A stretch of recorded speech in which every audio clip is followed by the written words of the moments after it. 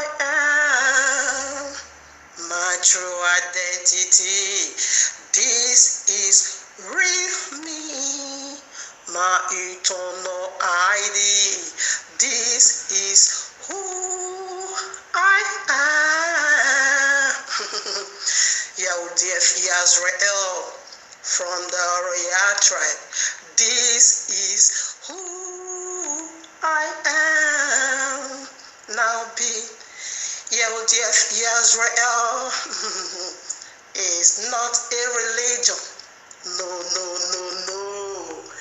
It's not a denomination. No. It's not a title. No. But eternal nationality. This is who I am. Here we go again.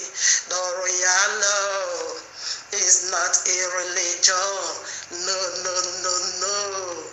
But a sweet divine fellowship of Abba Yehovah. Aloha of you they want of I am that I am.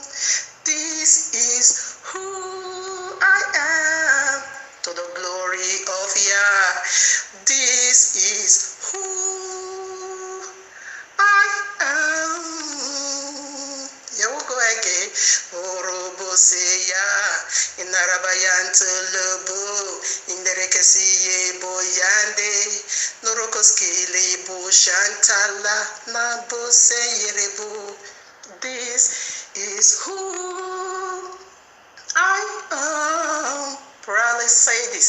This is who I am. Now the rise of Yazrael, Nurbu Shanta, Naribu Yando, the elect, the Ya elect, Urubu Sikayabu, Narabayanta Labe, Nurukosike Yabu, the very elect of Ya, Nashanta Labu. We are made for signs and for wonders. We are made for signs and wonders. In Robosekeya, Narabayanto Boseke, Nerekoshinta Labea, Nerekosinto Labe, Narakayanto Labe. Hear me one more time. This is who I am. Nerebo seya, inerebo. Yeah, oh, this is who I am. Marabo seya, nerebo seya, inerebo say. Hey, Masundia, Yereboseya, Mama Soye, Nereboseya, oh, yeah, Noroboseya, Nereboseya, Mahanta Labekia, Narabo, oh, here. This is who I am. So I am beautified as God. I am being tried as God. I am of a beauty walk as God. God passed through fire. God passed through exile. God passed through oval. I am being purified as God. I am being tried as God. I am of a beauty walk as God. God passed through fire. God pass through Ezra. God pass through Avu. Nerebo sike yabo. Nereke yanta labo. Dorko shinderebo. Maraba yanta lobe. Nerika yantulu.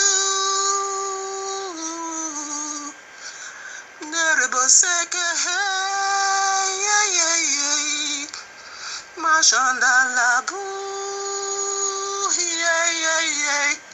Nereke shintarabe, naraba yentarebo, nareke sunne hey.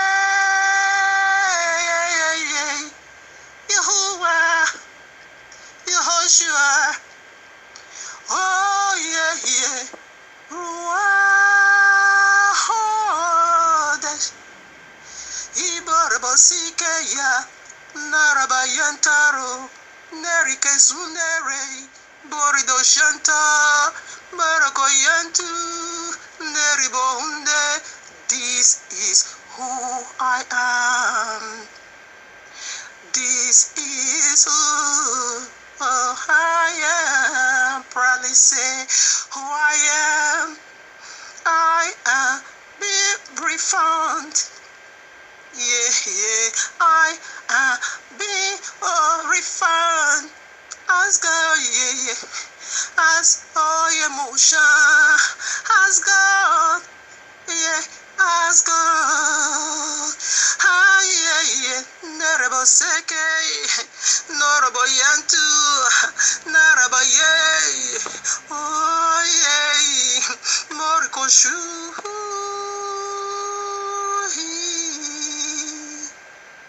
My faith is so pure now as God.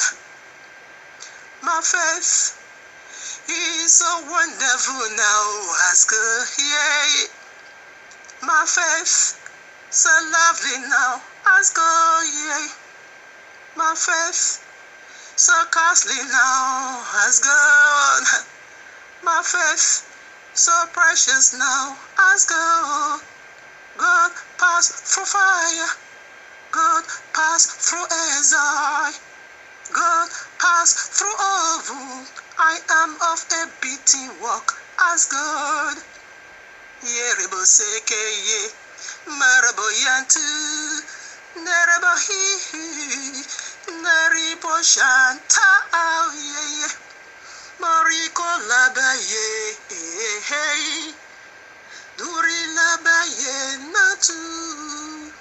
Marako sikeya, barabayanta lebo, nerebo sunereya, karabayantu, noroko sekeya, norobo yante, burido shindei.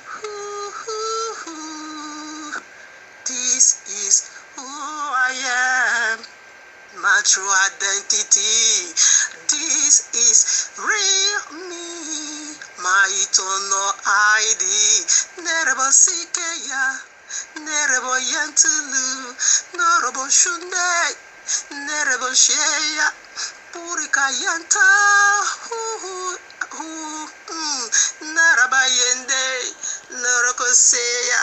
Burila yanti. Burika yande. My faith has made me whole. My faith in Nereko seya has made me well again. Nereko seke. Noribo yate. Norobo ay. Norobo usei. Koribo yande rebo. Marabayeke. Yeah. Maraba sunde. Oh yeah, Marabayantu, yeah. Yehovah is my shepherd, my eternal shepherd, and I shall not want. Why shall I want? And as I touched the hem of his garment, healing overflow, blessing overflow, wonders overflow, glory overflow. For I am betrayed as gold.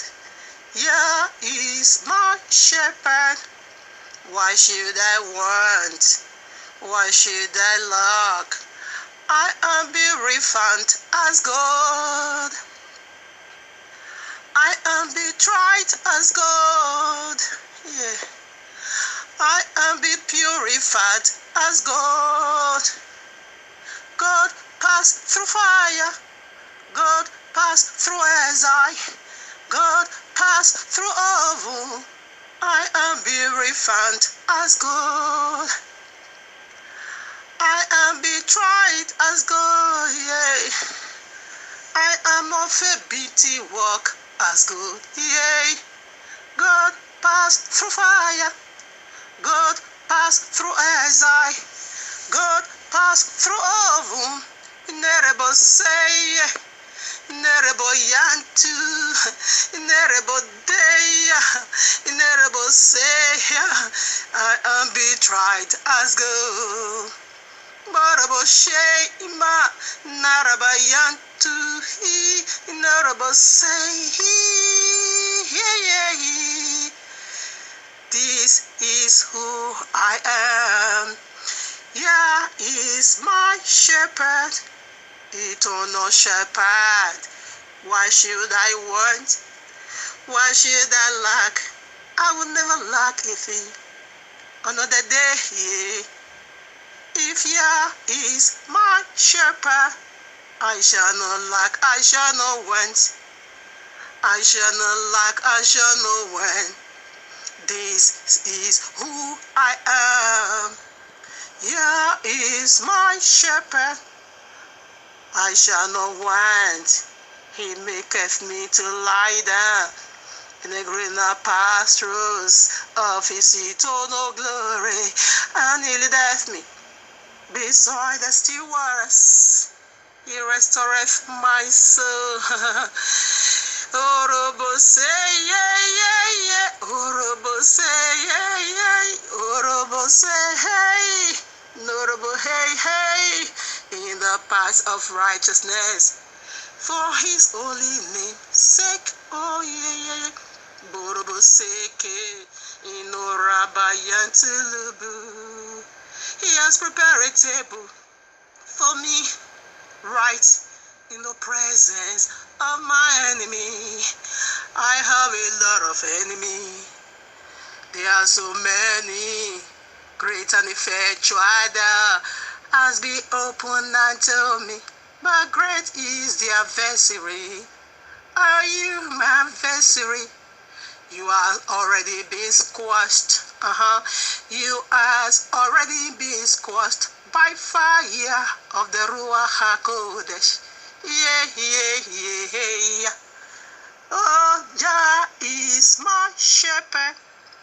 I shall not want, I shall not lack. I shall not want, I shall not lack.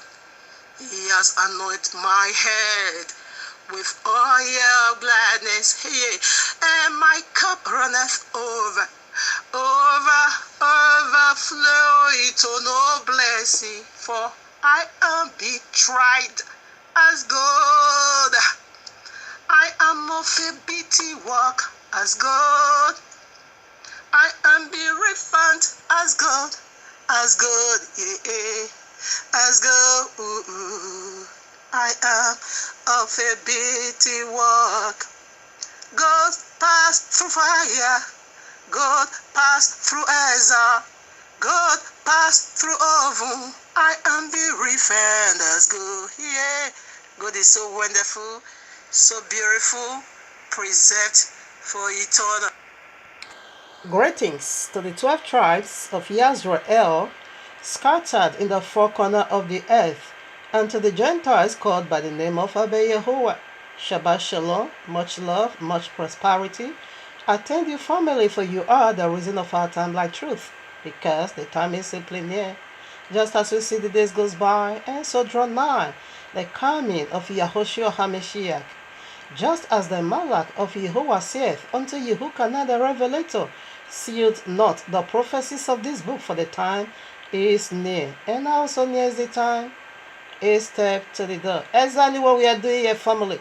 Decode the end times prophecies, signs, dreams, in preparing people by the house. People like you, house like you, body like you, for the returning of King Yehoshua HaMashiach, our eternal bridegroom, to whom due eternally all glory, worship, praise, exaltation, wealth, riches, Orimo Shandaya Baba, acclamation, honor to the glory of His magnificent for the Yahuwah, the Almighty, and to the Ruach HaKodesh, the forever ablaze one, the very DNA and pure energy of Abba Yehovah.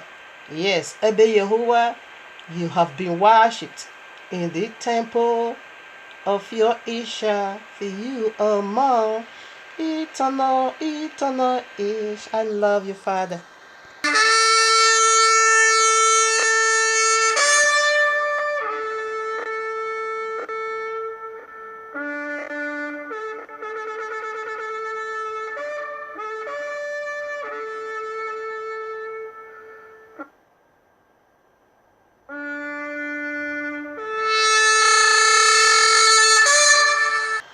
All right, now the topic or the story is about to take up a different shape. We're about to enter into another season. And so we should sound the shofar and the trumpet. Exactly what we are doing here, family. Like I always love to say, trumpet or sound precedes every single movement of Abba Yehovah. That which he has already said to you and me right in Exodus 34 verses 10. That's what we are reciting over here. A unique glory preserved over there, to be unleashed or released in these last days. Aren't you glad that you are the last generation to see the great coming of the eternal king or the terrible king? Once those days our forefathers saw him while he was a baby, he came as a child. This time he's coming as a full grown up man. Have you ever been, or seen where the lions roar? He is coming as the lion of the tribe of Yehudah. That is the glory reserved over there. A thing the world has never, ever, ever, ever known. It is reserved. It is a unique glory reserved for these very last days. All right, now. Aren't you glad that your bridegroom is about to come? Did you get yourself ready? Do you have a wedding garment? Have you got one? Or is there a stain in your garment? Or you be, hypnotized with all these fly demons everywhere? Demons flies as adultery everywhere. Okay, that is the only thing or object that will be able to prevent you, in meeting up or cutting up or entering into the ark of your bridegroom. In those days, we normally call it Noah's Ark. This day is being called the Ark of Mashiach, the Ark of our bridegroom, or the Ark of the eternal bridegroom. Okay, so that is what is being called these days. Now, the Ruach HaKodesh has already said something to you and me. Let him that have ear hear what he himself has already said to you and me, way back almost 2,000 years now. Let him that have ear hear what he has already said to you and me. And again, what did he say? I said, let him that have ear hear. Yes, because he knew too well that third part of humanity, yes, is going to be dedicated unto who? The very serpent. Right in Genesis 3. Okay, when the first woman heard his voice, she go for it, and things, turn upside down. Chaos. Very what we are seeing today. All right, now, and third part today is hearing that same voice again. And what is the voice saying to them? It said, I have abolished the law.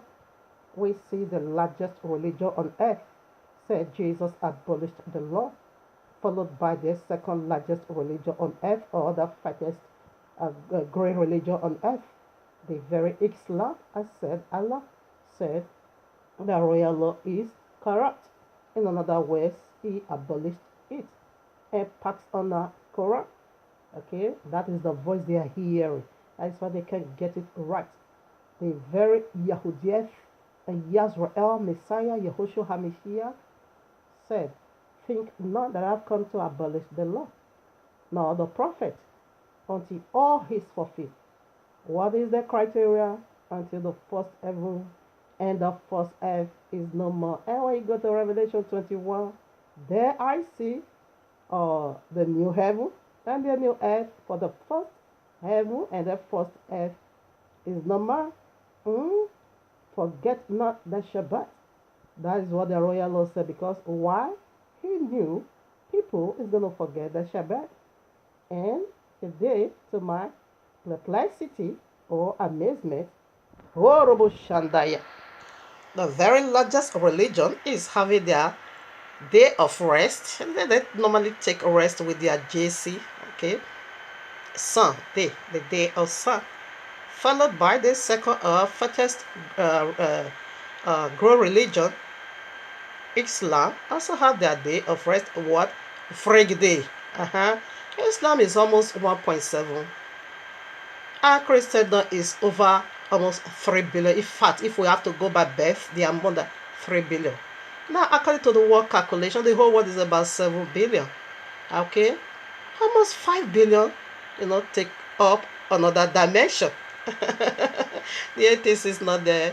The pagans, the atheists, Yes, they are not there. The synagogue of Satan. All right, now you talk too much this summer. Let's not forget this. The signs of the last days. He says something very, very deep over here. You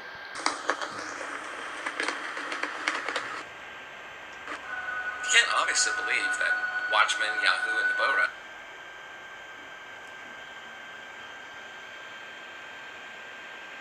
did not pay me to do the intro for Wind It Out 4 to deceive the masses.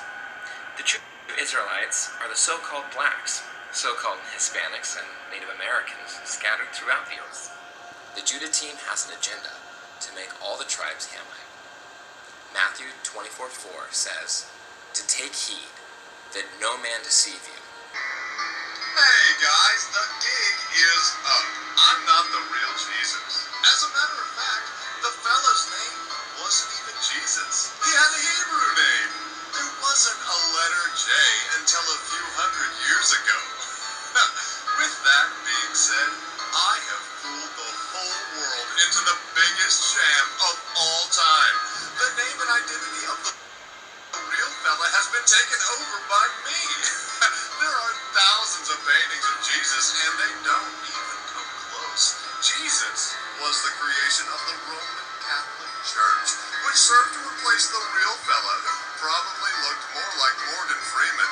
But who cares? The truth doesn't matter, as long as you pay your tithes. Gotcha. Prior to this, let us get a precept, or I got a precept. Here I am, like you know already. Revelation 12:9. And the great dragon,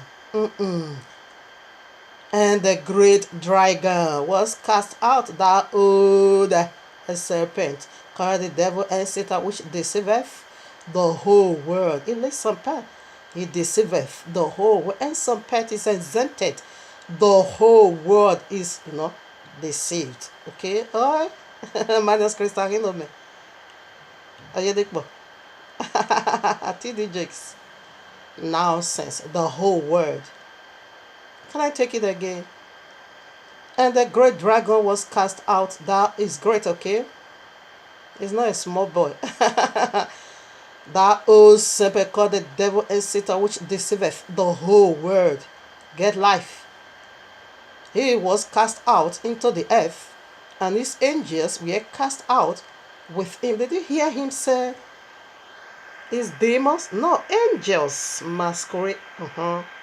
He said you shouldn't marvel, because serpent is gonna masquerade himself as an angel.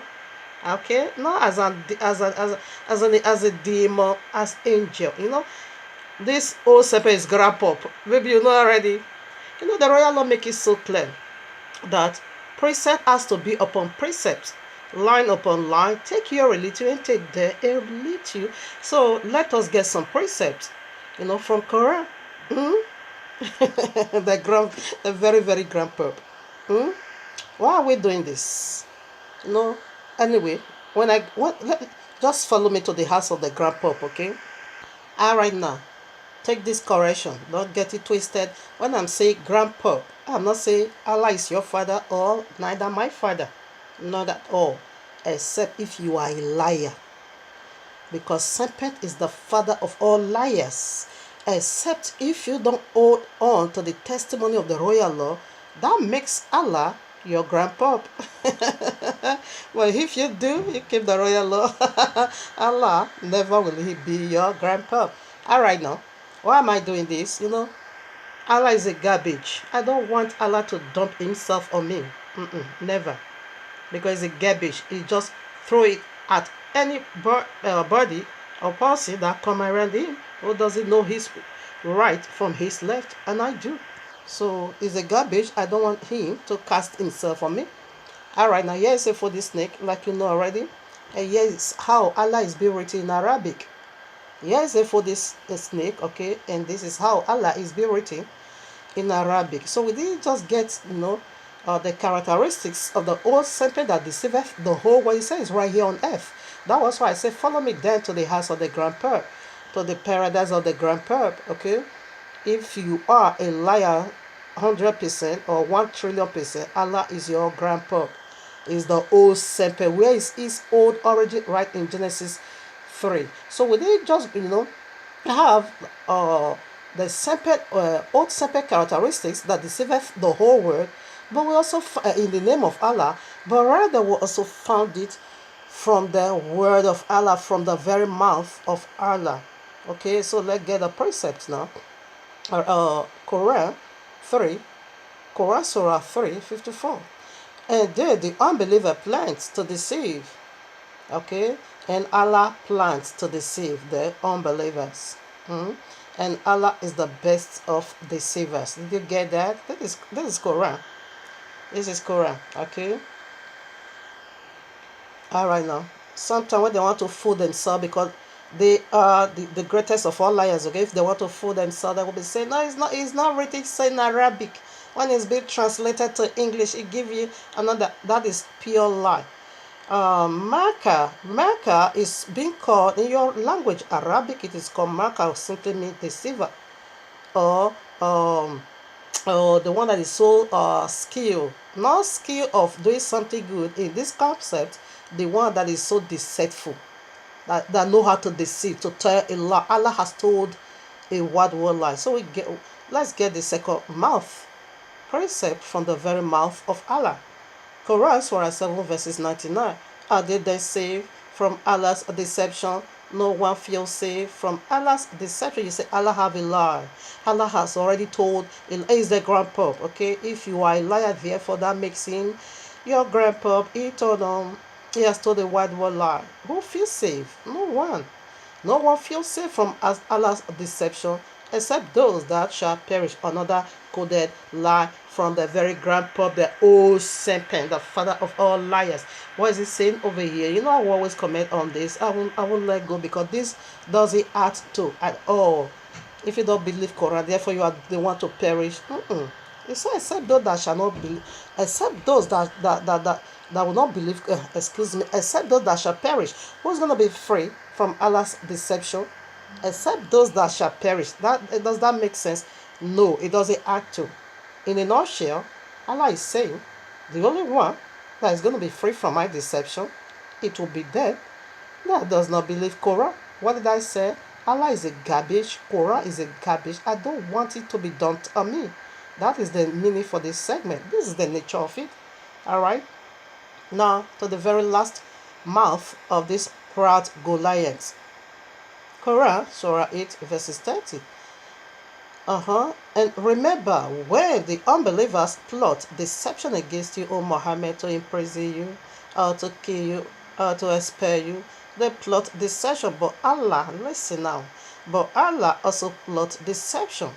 Allah is the best of all deceivers. What I say? Why is it so? Because Allah is the grandpa. He has children, great grandchildren. That makes him the grandpa. Okay, he's a liar. John 8:44 said, devil is a liar and the father of all liars. That makes him a grandpa. Okay, That is what he said. He himself said he is the best of all liars. He's the best of all deceivers. Okay? You say you know how to lie Christianity. Why is Allah saying this? Yeah, look at how, first of all, he deceived the whole world. Allah said in Quran, Surah 4, verses 157 through 158, said Judas Iscariot was the one who goes to the cross. This is how Allah makes it to appear to anyone that ever believed the message of the cross. How he did it. That I told you, sometimes I love being hypocrite. I'm going to use Jesus, the very JC. Okay? That Allah now took the head of JC, the Jesus Christ, and I put it now on Judas' head. That the Roman armies now begin to see Judas, as Jesus and Jesus as Judas. Therefore, they not lay hold on Judas that Allah has already transformed, in the figure of Jesus. And therefore, Judas now goes to the cross. Allah now raptured Jesus right away to his paradise. That makes it the grand pope. And Christian, you still believe that is not true. Jesus Christ, from the Grecians, Jesus goes to the cross for you. You believe? Anna, okay now. Messiah died, resurrected, died, buried, and resurrected. You believe that is pure, undeniable. And you also believe is the Son of Jehovah, and you believe is Almighty. That is 100%. That is the unique truth found in you. I respect you for that. Okay. Everything is not total garbage in you. These 5 unique truths. I do. Yes. Let me silence my words. Okay. Horrible Shandaya Baba. But Allah says He's coming. That is what Sharia law is all about. He's coming to strip it of you. Okay, because to Allah now you are a blasphemer. Okay. So the punishment of Allah by believing that thing, it is punishable by what? Death. By hanging, stoned to death, or set ablaze. As Quran says, that is the law that due any blasphemer. You are blaspheming, okay? That is what Sharia law is all about. You are worst of infidel for you to believe that there is something. Allah have a son. That is the message upcoming. Allah, the mystery of Allah. I told you, I said, these 2 things must happen. How can I leave that also? Alright, now do you still remember the written code of Allah in Arabic? And here is the way for the snake. This is what is coming. This is the Sharia law. With all brutality. With all deceivableness. Matthew 24:24. For they shall arise false messiahs and false prophets, and shall show great signs and wonders, in so much that, if it were possible, they shall deceive the very elect. The elect is the reason for this segment. Okay? And the chosen Gentiles, they are the reason always for this segment. Why? Because a great stipulation has already been extended unto them. We speak for this reason. We always come out every Shabbat or every now and then, concerning this matter. Apostle Shaul said, for this reason I bow my knees. For this reason we are all out there, in touching and reaching out to the elect and the chosen Gentile. Okay, because we also need Gentile in the kingdom of Yahushua HaMashiach. So this is the very same pen that is coming out to rule the whole world for 7 years. Okay, the 1/7 that is being left, 1 week 7 years that is being left. This is it. I'll make myself like the Most High. This is him. The old Semper. This is him. I already show you who he is. He is the grandpa, the very Allah, and the father of all liars. Alright? Hey, Norodo Shandaya Baba. Norobos Kilibahan Talababo. One needs to put their house in order. Because this brutality of this Allah is so unspeakable, is so unbearable. If you want to know what it is, you can kindly go and listen to one visions. It's not even a message. That vision was being given unto me at the end of the year of Abiyawa. I think about 2-3 weeks now. So yeah, you can go and listen to it, the brutality of Sharia law.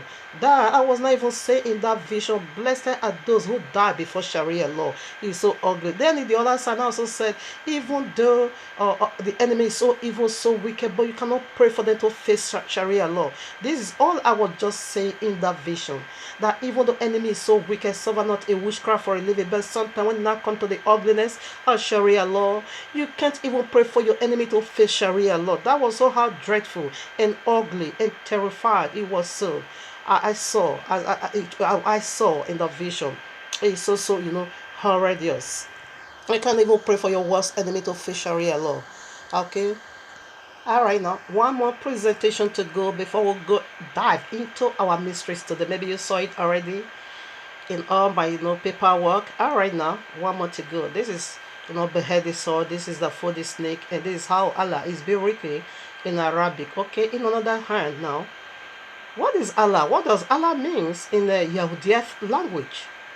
Okay, the one you know now as Hebrew language is called Yehudiev. That is the holy language that is going to be restored back unto the people of the book. Okay, the very one that was being taken away right in Genesis 11.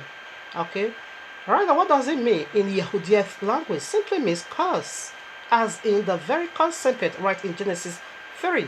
It already begins over there, the old serpent. And this is what Allah simply means in the Yehudiev language. Curse, as in the curse serpent. First time for Abba Yehovah to release his curses from his mouth. Do you think it's going to be something, just simple? No, it is remarkable. And that unique of wickedness all found in Allah. He carries that curse. And it's his name. Okay, it is going to cause both free, and bands, great and small. Because he have a curse, he have a curse, so he's going to be cursing everyone. He curse Abba Yehovah, not exempt him. He caused him pain. Genesis 6, Abba Yehovah regretted. What have I done? Why did I even create human? He caused him pains. He caused Abba Yehovah again. He make Abba Yehovah cry. Okay? When they put his son at the cross, he cried. All ever wept. They separate caused everyone. That is why he said both free and banned. It caused everyone. Alright? When you also go to the book of Job, he caused Abba Yehovah. Abba Yehovah said, but you incited me against Job. You see, he regretted. Serpent caused everyone both free, and banned. So what do you need to do now? You need to build your ark, okay? This brutality of Allah is unspeakable. I've just told you, kind enough to let you know beforehand. Mishmaker and people, here we are in the heavenly courtroom of Abba Yehovah with this powerful, once again, so powerful, it's unspeakable. You won't deny this. Thomas the doubter, are you going to deny this? Okay, now. In the heavenly courtroom of Abba Yehovah, here we are with this powerful, life-resurrecting message titled for you, and me, the mystery of God. God is so beautiful, isn't it? I am be purified as gold. Take my little ability for now, okay? A time will come when it's going to be perfect. I'm trying to put songs together. I have a lot of uncountable songs I wrote, but I'm trying now, to be voicing it out as the Ruach HaKodesh told me I should be using my song. That's why I don't use people's songs anymore. Because if I don't do it like this, how am I going to, put it together? So, when, passing through preparation, there, comes perfection. So bear with me for now. According to the ability given unto me, it's going to be more perfect. It's on its way coming. So I put it together, and it's all awesome. It's my life experience. I am of a bitty work as God. God passed through fire. God passed through exile. God passed through oven. I am of a bitty work as good. Yeah, that is correct. All right now. So, the mystery of God. It's awesome. The mystery of God. All right, now let me be serious and take it again. The mystery of God. Here's the title. The mystery of God is Yehovah's mighty river of healings. Are you ready to be healed? Should I take it again? The mystery of God is Yehovah's mighty rivers of healing, part 1. So I worked it out already. It's 1 and 2. So right now, let's get started. So this is the the title of the message. The mystery of gold is Yehovah mighty rivers of healing. Not plural, not plural, excuse me, singular, river of healing. The water, the river that flow right from the throne room of Abba Yehovah, it makes healing unto us. That's what I want to say right now. The mystery of gold. Don't dare. The mystery of gold is Yehovah's mighty river of healing, part 1. So first of all, let us die with our Messiah, from his whole word, very mouth of Abba Yehovah. Deborah 32, 1-4. Give ear, O ye heavens, and I will speak, and hear, O earth, the words of my mouth. My doctrine shall drop as the rain, my speech shall distill as the dew, as the small rain upon the tender heart, and as the showers upon the grass, because I will publish the name of Yehovah. That's what I'm doing over here. John 5:43, Yahushua said, I have come, in my Father's name. This is how we publish his name. When I'm calling Abba Yehovah, that is how we publish his name. He came to publish this very powerful and glorious name, eternal. Because I will publish the name of Yehovah. Ascribe ye greatness unto our Elohim. He is the rock. His work is perfect, for all his ways are judgment. A Elohim of truth and without iniquity, just and right is he.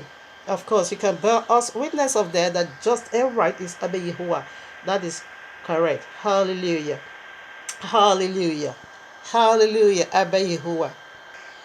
Alright, now, still a presentation to go. What is the royal law for? Let's take a deep breath into what is the royal law for and how does it play out in our lives. Point 1. It functions as a sacred marriage covenant between Yehovah and his people Israel. Point 2. It outlines how the marriage won't function. Its stipulation what makes it a happy and a fruitful marriage. Point 3.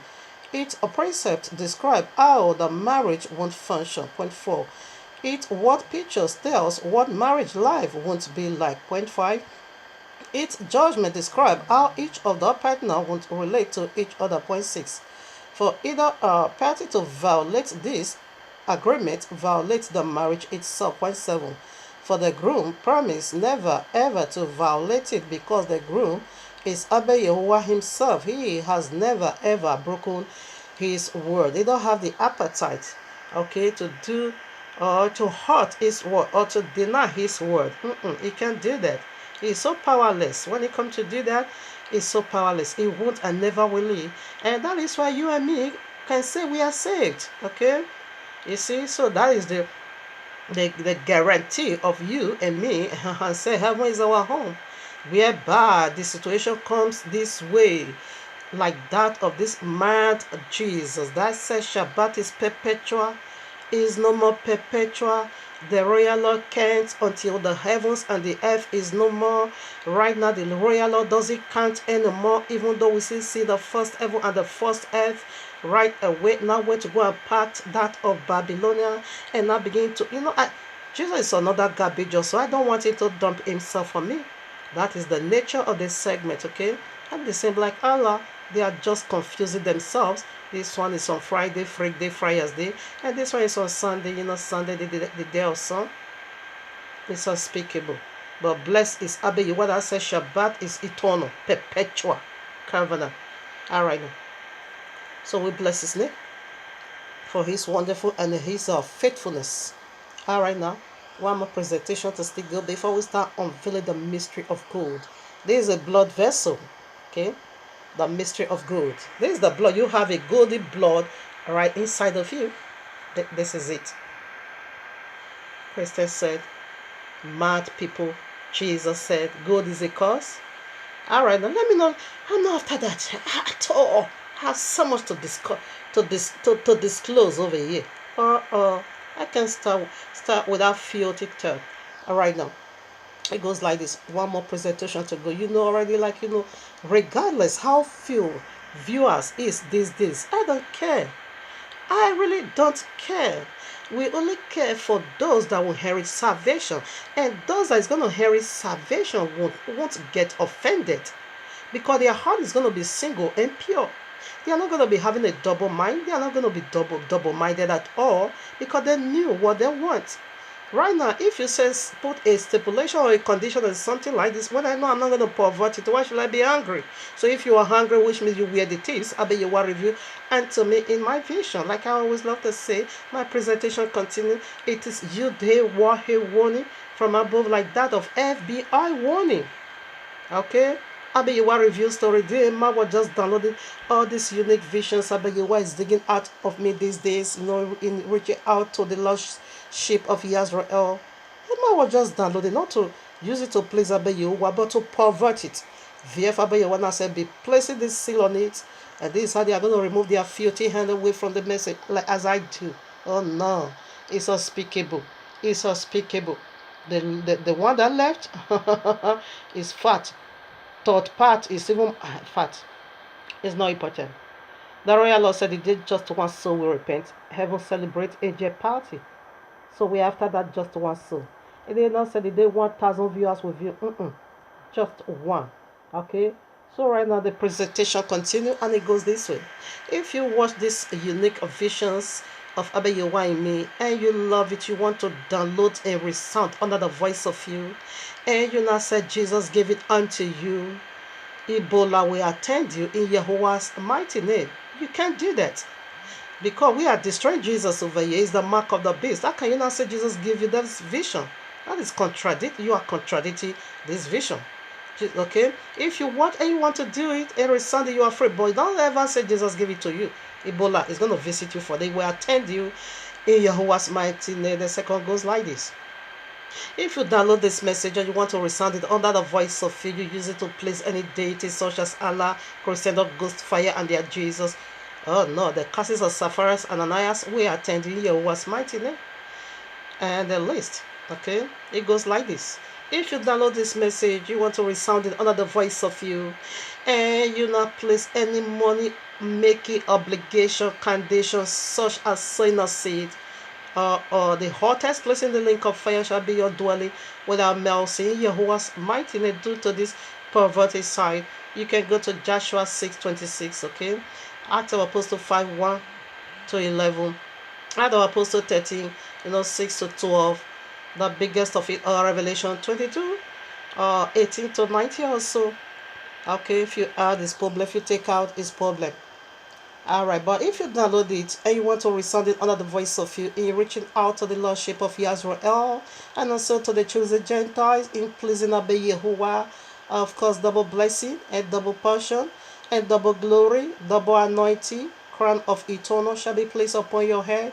Because of your faithfulness, your family is going to benefit from it. He said, I will save one and save the entire household in you. This scripture is going to be fulfilled, saving you and save the entire household because of your great faithfulness that you exalt, in giving sound judgment to the glory of Abeyewa.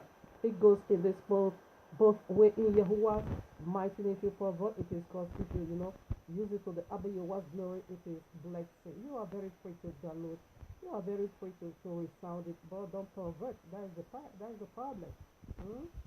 Okay, with this being said, or having said this, let's start the race now. Bulebayo, bulebo say, himo santa laboyende. Bulebo, bulebo sendebo, bulebo hey. Himo santa rabe, mu shanta labe. Keribolo sende mo shandalabo. Hino sanda rebe mo sanderebo. Hey, bulebo say. Bulebo yeah. Bulebo say. Mo santa lubu, mo dayantulubu. Keribolo seke mo yantarabe. Ibori laya tu mo senderebo, yei, bulebo se Yehovah, bulebo yo yei, bulebo se, hallelujah. Here we go. So I gave you the title already. The mystery of God is yes, I gave you the title already. The mystery of God is Yahuwah, mighty river of healing. Another outer division, unspeakable. In my bodily vision, get out of my way vision.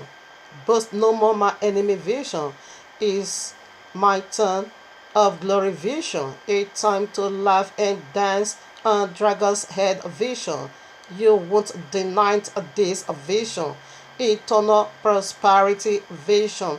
Overflowing wonders vision. The glory of the sun, of the star, of the moon vision. Now, in order to get a better view or to see it all very clear, let us climb the mountaintop vision. Yes, it is a vision set upon the cloud, or eyes must see.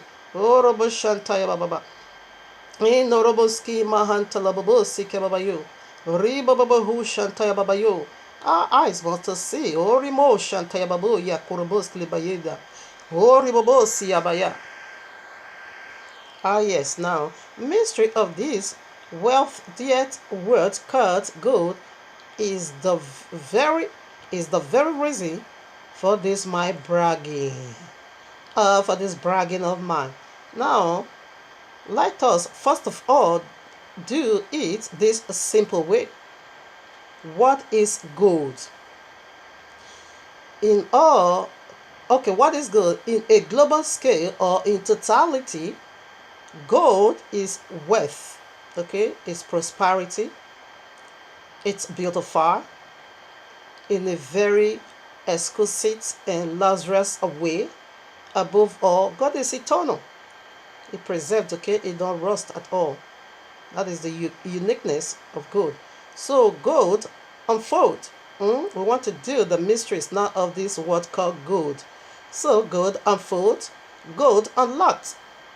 Okay, the mystery of gold. So we begin with G, isn't it? G sets the record, isn't it? All right, now it's fully loaded. Okay, it's fully. This is. Are you gonna deny this? All right now.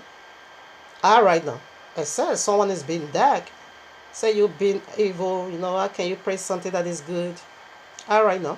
So here we go. G. What did it go for? You simply go for glorious guiding of Eden. Simple as that. Very amplified and wonderful and might in its art. Gold. The first alphabet is fully loaded. It's heaven on earth. So let's unveil it. What did it call? Glorious Garden of Eden. The Garden of Eden is so glorious. It's eternal. That is what God is. So we go right back over there. Bereshit chapter 2, in the beginning. Alright now, so let's dig into it. Bereshit 2, 10 to 14. Here is the articles or the functionings of the sanctuary. Here is the menorah. It is gold, pure gold, golden menorah. Here is the golden altar. Here is the golden ark of the covenant. Here is the golden shewbread. You see everything, every vessel over there are gold. All right now, so we are coming into that. Okay, here I am, Bereshit 2, 10 to 14. Listen now. And a river went out of Eden. How should I? Yes. Okay now. All right, yeah, 10. And a river went out of Eden to water the garden. And from thence it was parted and became into 4 heads. This is the beginning. This is the genealogy. This is the very DNA of the earth. How it begins. The name of the first is Person. That it is which that is it which compasseth the whole land of Avila, where there is gold. This river is good, and the gold of that land is good. And there's bidulum, and the honest stones. I would like to angle. I would like to stop it over here. You can do it to the 14. Now, have you ever wondered, or have you ever come to this place? You know, you call yourself a Christian. Have you ever come to this place and said, "Oh, where is that river of gold?" The very first river that went out to water this earth. Okay, it is gold. Should I take it again? Pure gold. Not just gold alone, mixed with diamond, precious stones, sapphire. All is here. The very first river contains unspeakable. All right now. I take it again. And a river went out of Eden to water the garden. And from thence it was parted and became into 4 heads, 4 corners of the earth, and 4 areas of your life. And the name of the first is person, that is, which compasseth the whole land of Avalon, where there is gold. And the gold of that land is good. There is there in the same place is bdellium and the honest tongues. Okay, so in this land, this very part, it has precious stones, gemstones, stones, and gold mingled together in one land. So right now, that river, let's unveil it. That's what I want to dig into now. All right, now before I start unveiling the mysteries over the first very alphabet, because it's used, okay, is the largest of it all. Glorious Garden of Eden. Okay, we see already the water that preceded. We are good. That is the water I want to unveil now. That watered into this very land that is nothing but gold. May go everywhere with precious stones. Have you ever wondered why do you have a golden blood in you? There is a golden blood. It's the largest of all blood cell volumes. It contains, is even according to the tutorials. No, it is true. It is what you contain. In all blood volumes is the largest, largest blood cell, which contain 55% of every blood you is the use. That's why they call it plasma. It's large. All right now, see, it's the golden blood. Okay, so first of all, before we begin to unveil, let me first of all give you the functioning of this golden blood inside of you. I did one mystery. If you want to get this mystery of blood in totality, there's a message I did about 8 months now, titled 7 Steps to Approach the Throne of Yahuwah versus Satanic Trinity or so. I did it up to part 1 to 8 or so. So you can go and listen, because we did a lot of that mysteries over there. We were talking about anatomy of the body. Okay, every vessel in our body by His grace, not all, almost, will be unveiled over there. We also dig more into this golden blood. But I just want to give you what He is doing in your body. All right now. Oh, my Father, where is it? I jot it down. Okay. Yeah. All right now. The golden blood, called plasma, contains 55% of the blood volume. Fly above red and white blood cell. Okay, it fly above both of them.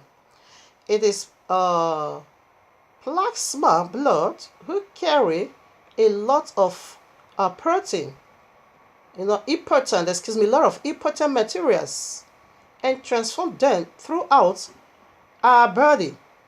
This blood is the one doing it, okay? It is really, really crucial. It carries carbon dioxide, okay? A lot of nutrients, proteins that have variety of functionings. Above all, a plasma blood or golden blood help balance our pH.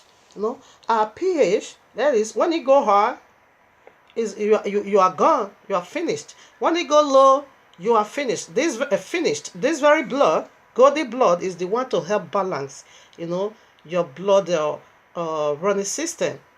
Okay, is the one to help balance it.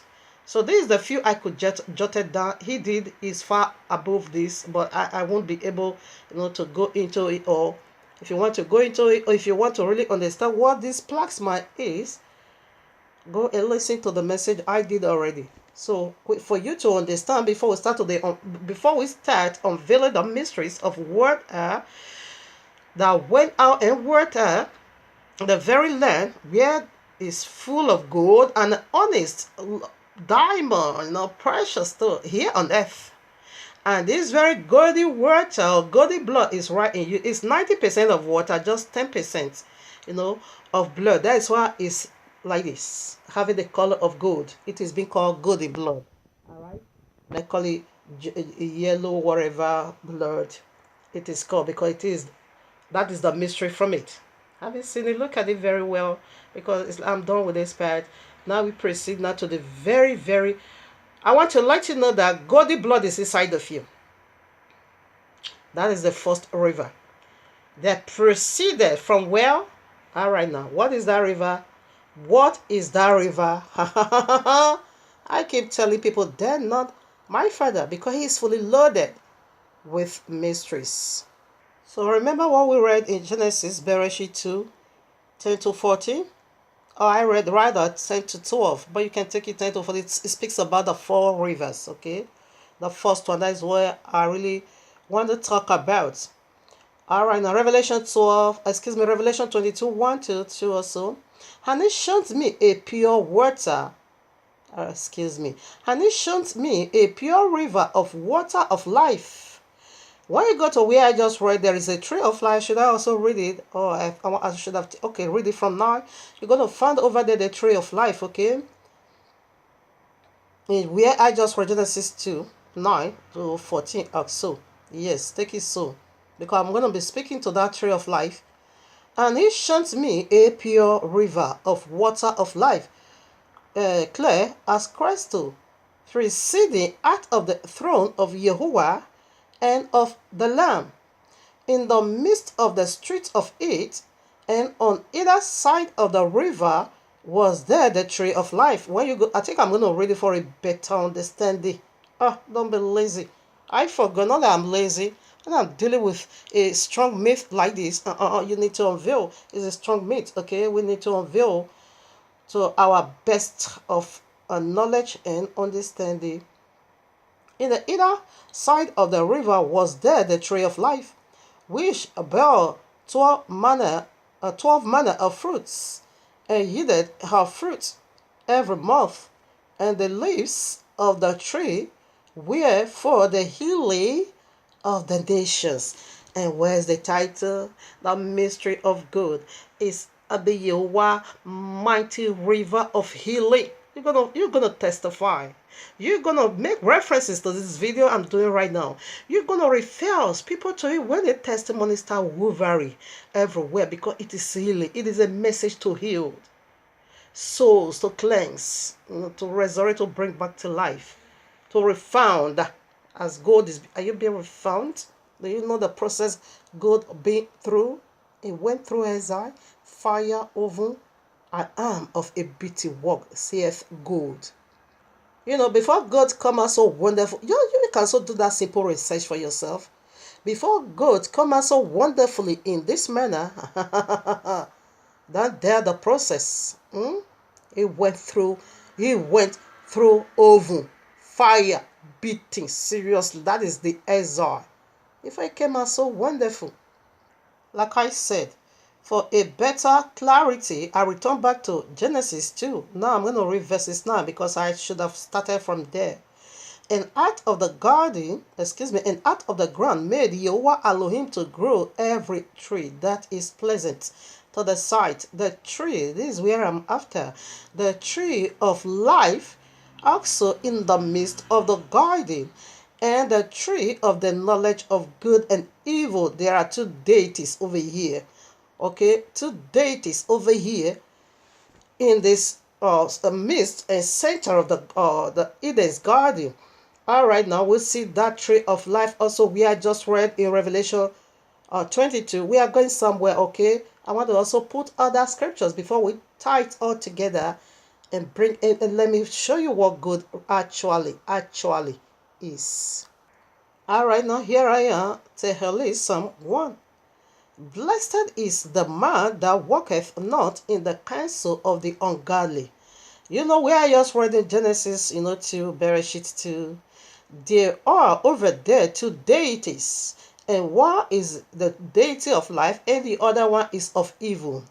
And blessed is the man that walketh not in the counsel of that evil one, for nor standeth in the ways of that evil one. Sin and sin simply mean breaking the royal law, and of which the other tree, wicked tree, that is also in the midst of this garden where there is gold.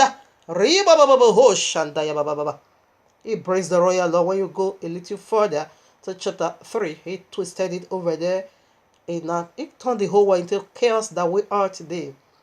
Nor sitteth in the seat of the scaffold is the state of very one we are talking about over here, but his delight is in the law of Jehovah.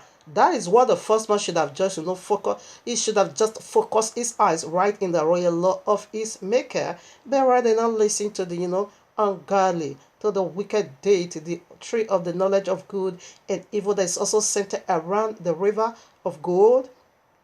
And in his law doeth he meditate day and night, and he shall be like a tree planted by the rivers of water, that bringeth forth his fruit in its season.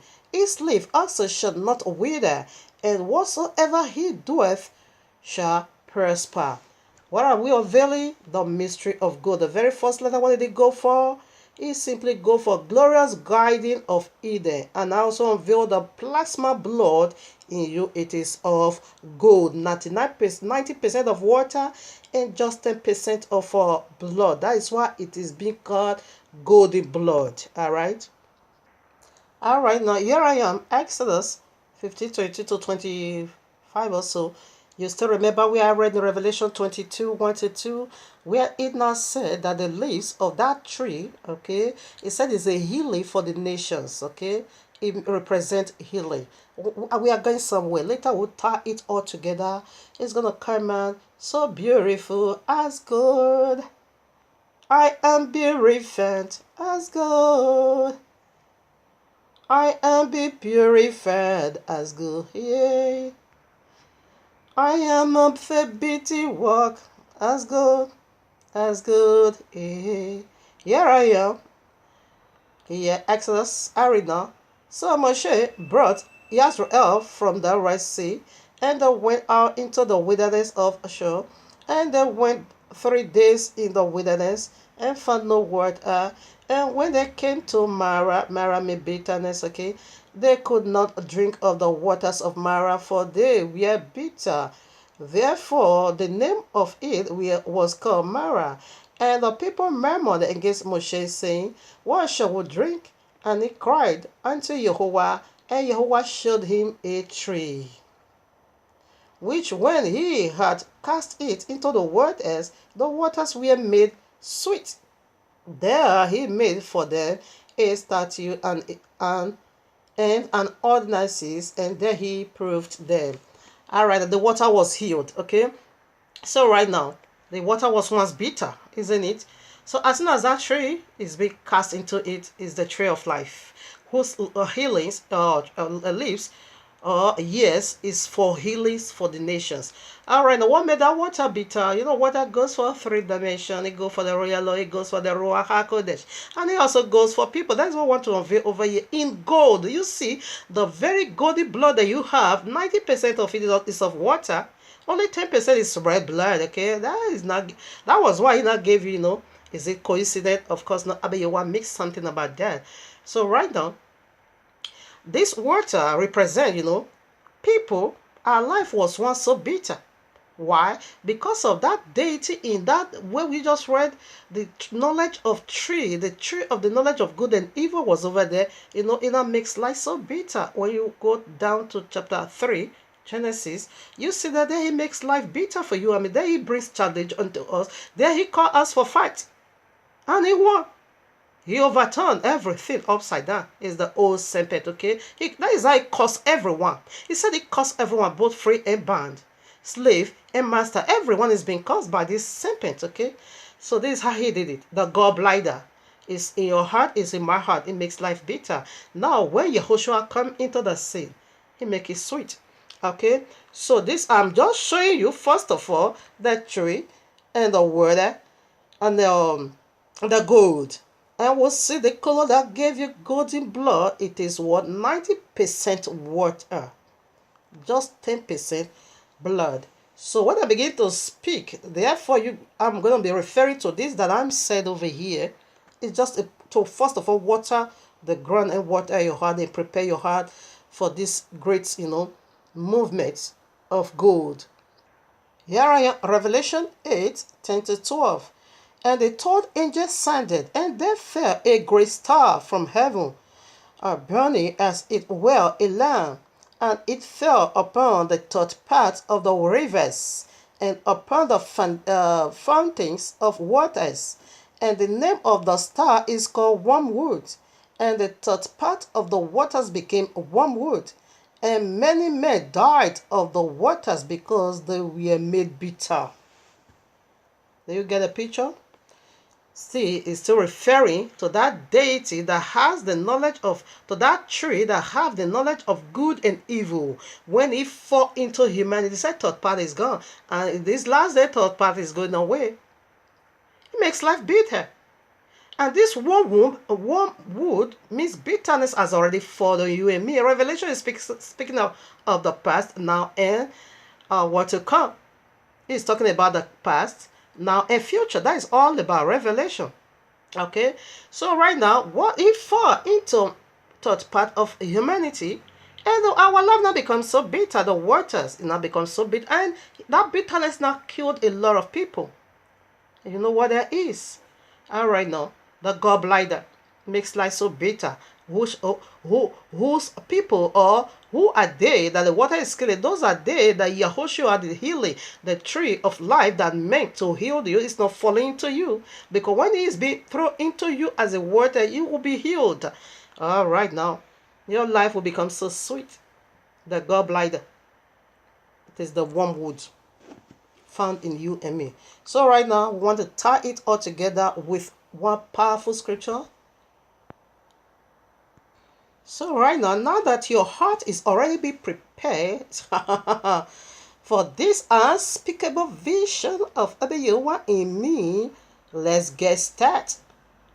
You saw the water already in Genesis 2:9-14 now. You saw the first river. That water, this land that is called gold and honest stones, diamond, precious stone, very costly, James. And right now, we want to dig now into the water that spread out from the throne. That water is from the throne of Abba Yehovah, okay? Right down to the Eden's Garden. First of all, pick the first river. Listen now. And that river was, spread into where? 4 heads. Listen now. Orikayande, are you ready for this? All right now. Here I am, Ezekiel 47. Afterward, he brought me again unto the door of the house, and behold, waters issued out from under the threshold of the house eastward. I think where is that eastward? For the forefront of the house stood towards the east, and the waters came down from under, from the right side of the house, and the south side of the altar. We did something, isn't it? All right now. So where the water came from? It came from the eastward. Okay. So right now, where is that eastward? It is the throne of Abba Yahweh in heaven, where I just read in Revelation 22 that rivers issued out from the throne of Abba Yahweh. Okay, because after he have done it all, he has to cause river to overflow from his heaven. And I'm going to let you know what that river is. So first of all, we are going to deal with the location. The location, it is the eastward. And the very eastward, it is where Abba Yahuwah's throne is. That is where the water came from. Okay, so we are going to put scriptures. How do we know that the eastward or eastern part is where the throne of Abba Yahuwah is being located right in heaven? All right, now, what did it say? Romans 1 verses 20. It said the invisible things is clear understood by the things made. Okay, let me take it this way. The invisible things is clear understood by the visible. You can read it, or maybe I'm going to read it. So right now, we want to use the visible one to unveil that which is invisible. All right, now. Yahushua, Acts of Apostle 1, I think 9 to 11, he ascended into the heavenlies from the eastern gate. Okay.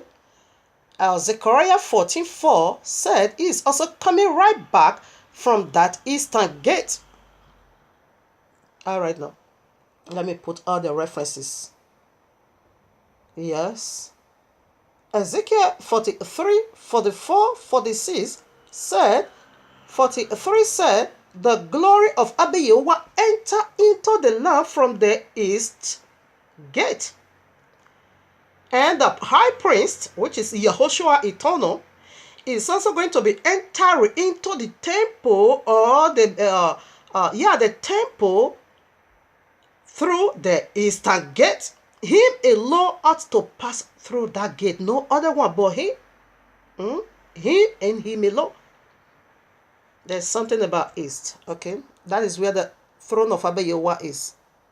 Let me just read here for the sake of time. Let me put just one in order that I have quoted. Ezekiel 44, I take from 43, 1. Afterward he brought me to the gate, even the gate that looketh towards the east, and behold, the glory of Yahuwah of Yisrael came from the way of the east. Did you get that? And this east gate, as we are talking right now, is shut. This east gate is only going to be reopened on the Shabbat and on the new moon. That is new moon festivals. If you go to the fake people that is faking us right now, the eastern gate is shut. No one passed through there. All right, now. I'm just letting you know the throne where Abba Yahuwah's throne is. It is the eastern side in the heavenlies. Okay, so right now we are going to Genesis Bereshit 3. After the wickedness has already been transpired, what took place? Abba Yahuwah chased man out of his presence. I read Genesis 3:24. So he drove out the man and placed at the east of the garden of Eden cherubims, and a flaming sword, which turned every way to keep the way of the tree of life. And you see that tree of life there again, it is Yahushua HaMashiach. You saw him again. So now cherubims was being placed in the eastern garden. Where you go now right to the temple, here's the temple of Abba Yahuwah. Exactly what you see on earth, that is what it is in heaven. You use the visible to unveil the invisible, as the Romans said. He said the invisible is clearly understood by the things made here on earth. You see the cherubims placed now upon the Ark of the Covenant to guard the Ark of the Covenant, to guard the way, to guard that testimony of human existence here on earth. Why did he chase men out? Because now men has already rebelled, so that they don't put forth their hand and touch the tree of life. Therefore, we are going to be in the eternal damnation. That's why he chased them out. Not to touch the tree of life. You cannot go and touch wickedness and also breathe out your hand to touch the tree of life. You have already touched. the tree of the knowledge of good and evil. You cannot also come with that madness, with disobedience, and to touch the tree of life. No, you are going to remain in your eternal damnation. That will be eternal sin. So that was why they were being placed out. And in the eastern Garden of Eden, cherubim was being placed over there to guide it. And that is the covering angels. You see now right on the throne of Abba Yehovah. Here is the throne. All right now. So you can kindly go and read Numbers or chapter 18. You're going to find the throne over there. Okay. So right now we are done. This is how far, because I have a lot to speak about. So this is how far I can go about the location. So the eastern world, it is represent Abba Yehovah's throne, where that river came from. Right where I read in Revelation 22, it said this river is so pure, and it came from the throne of Abba Yehovah, and also from the Lamb. Okay, that is what we just see. Where I read in Genesis, 3:24, that the cherubim was not be placed in the eastern part of the Garden of Eden. That is the throne of Abba Yehovah, also here on earth, to be protected. And who do we see over there? Again, the tree of life, which is Yahushua HaMashiach. We also see right away in the heaven, where we also talk about where the water came from. It said from the throne of Yehovah and of the Lamb. All right, now we are done with the location. The location, that is why we also being taught or told to be praying through the east. We are also coming into this eastern part, okay? We should face the east way or eastern part. Let me see if I still have other scriptures, because I don't want to come back here in the location. I think I'm done with this part. We are still coming to it, but now, for now, this one, I'm done with this, explanation of the location. So we locate where Abba Yehovah's throne is.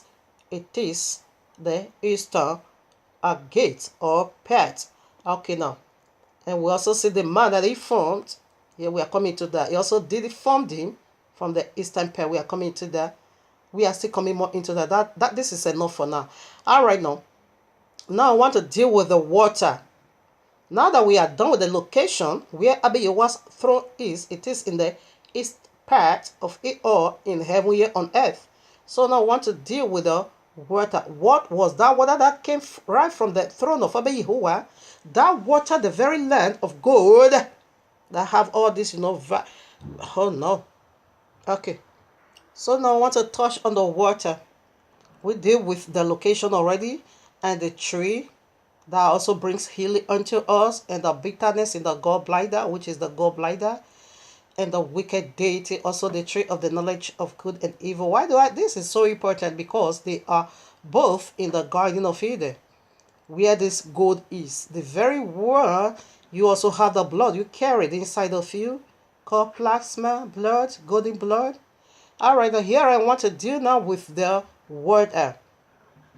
That water, that land that was having a gold, the land, it said the gold of that land was good. All right, now, John 7:37. In the last days, that great day, the feast, in the last day, that great day of the feast, Yehoshua still then cried, saying, if any man thirst, let him come unto me and drink. He that believeth on me, as the scripture hath said, out of his belly shall flow rivers of living water. Not dead when there is a dead water. 39. But this spake he of the Holy Spirit, which they that believe on him should receive, for the Ruach HaKodesh was not yet given, because that Yahushua was not yet glorified. So is the water. Is the Ruach HaKodesh. All right, now, here I am. Yeshayahu 12:1-2, the one you call Isaiah. And in that day, it's talking about where I just read from, John. Thou shalt say, O Yehovah, I will praise thee. Though thou wast hungry with me, here I am, thy hunger is turned away, and thou comforted me. Behold, Yehovah is my salvation. Listen now. Behold, Yehovah is my salvation. I will trust and not be afraid, for Yehovah, for Elohim Yehovah is my strength and my song. He also is become my salvation. Listener 3. Therefore, with joy shall ye draw water out of the wells of salvation. Who is salvation? Yahushua simply means salvation. Yahuwah is our salvation. In abbreviation, Joshua, or they also call Yeshua or Joshua, simply means salvation. So now you're going to draw water out of Yahushua HaMashiach. That was why he said, if you are thirsty, come and drink of me. Who is the water you need to bring out of him? It is the Ruach HaKodesh. Did you get that? It is the Ruach HaKodesh. Until you bring out those or rivers of water, it must go to the cross for the Ruach HaKodesh to take over. All right, now. It's the water. So the well of salvation. Which wells? Let's dig into that. There's water filled the well that you need to go now and draw out from it. The well of salvation.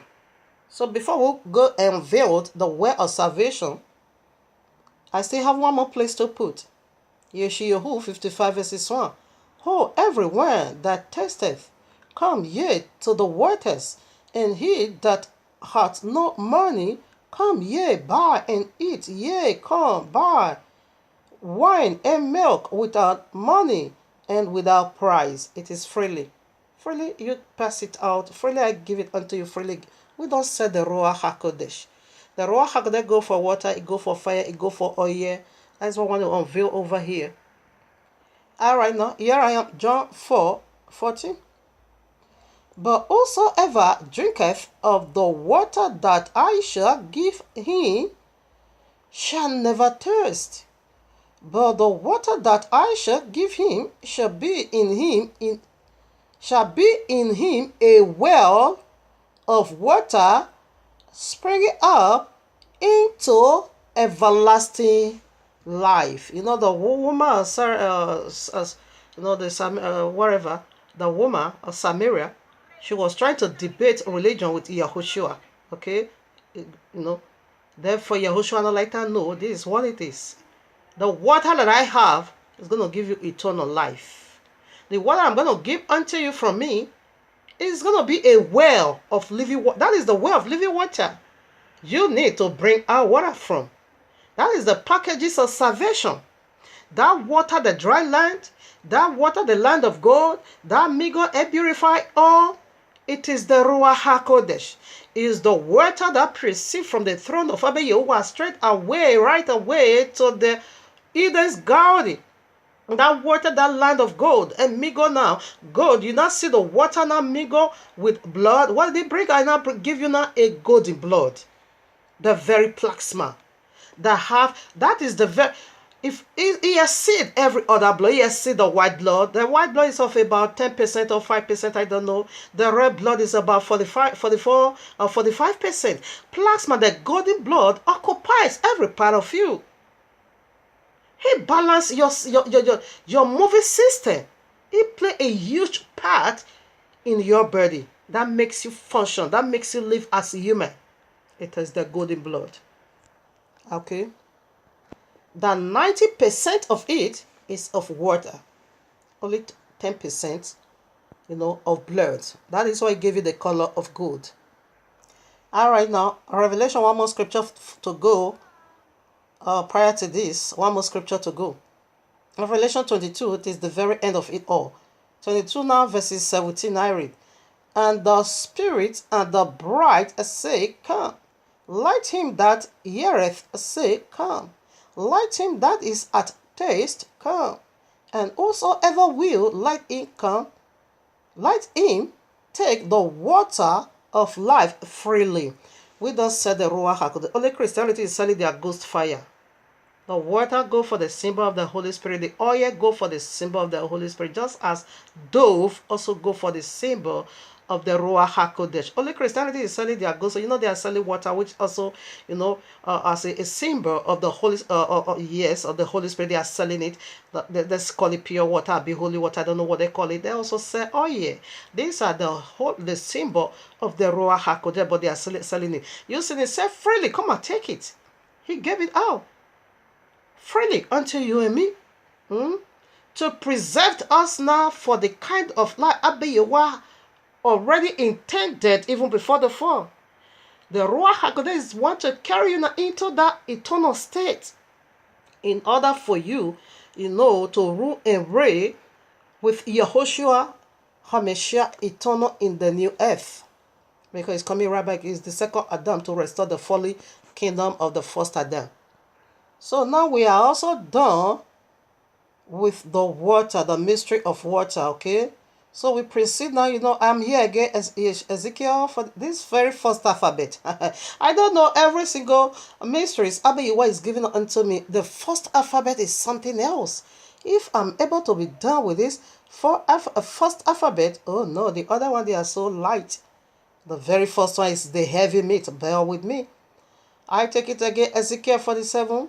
Afterward, he brought me again unto the door of the house, and behold, waters issued out from under the threshold of the house eastward. That is where the water came from.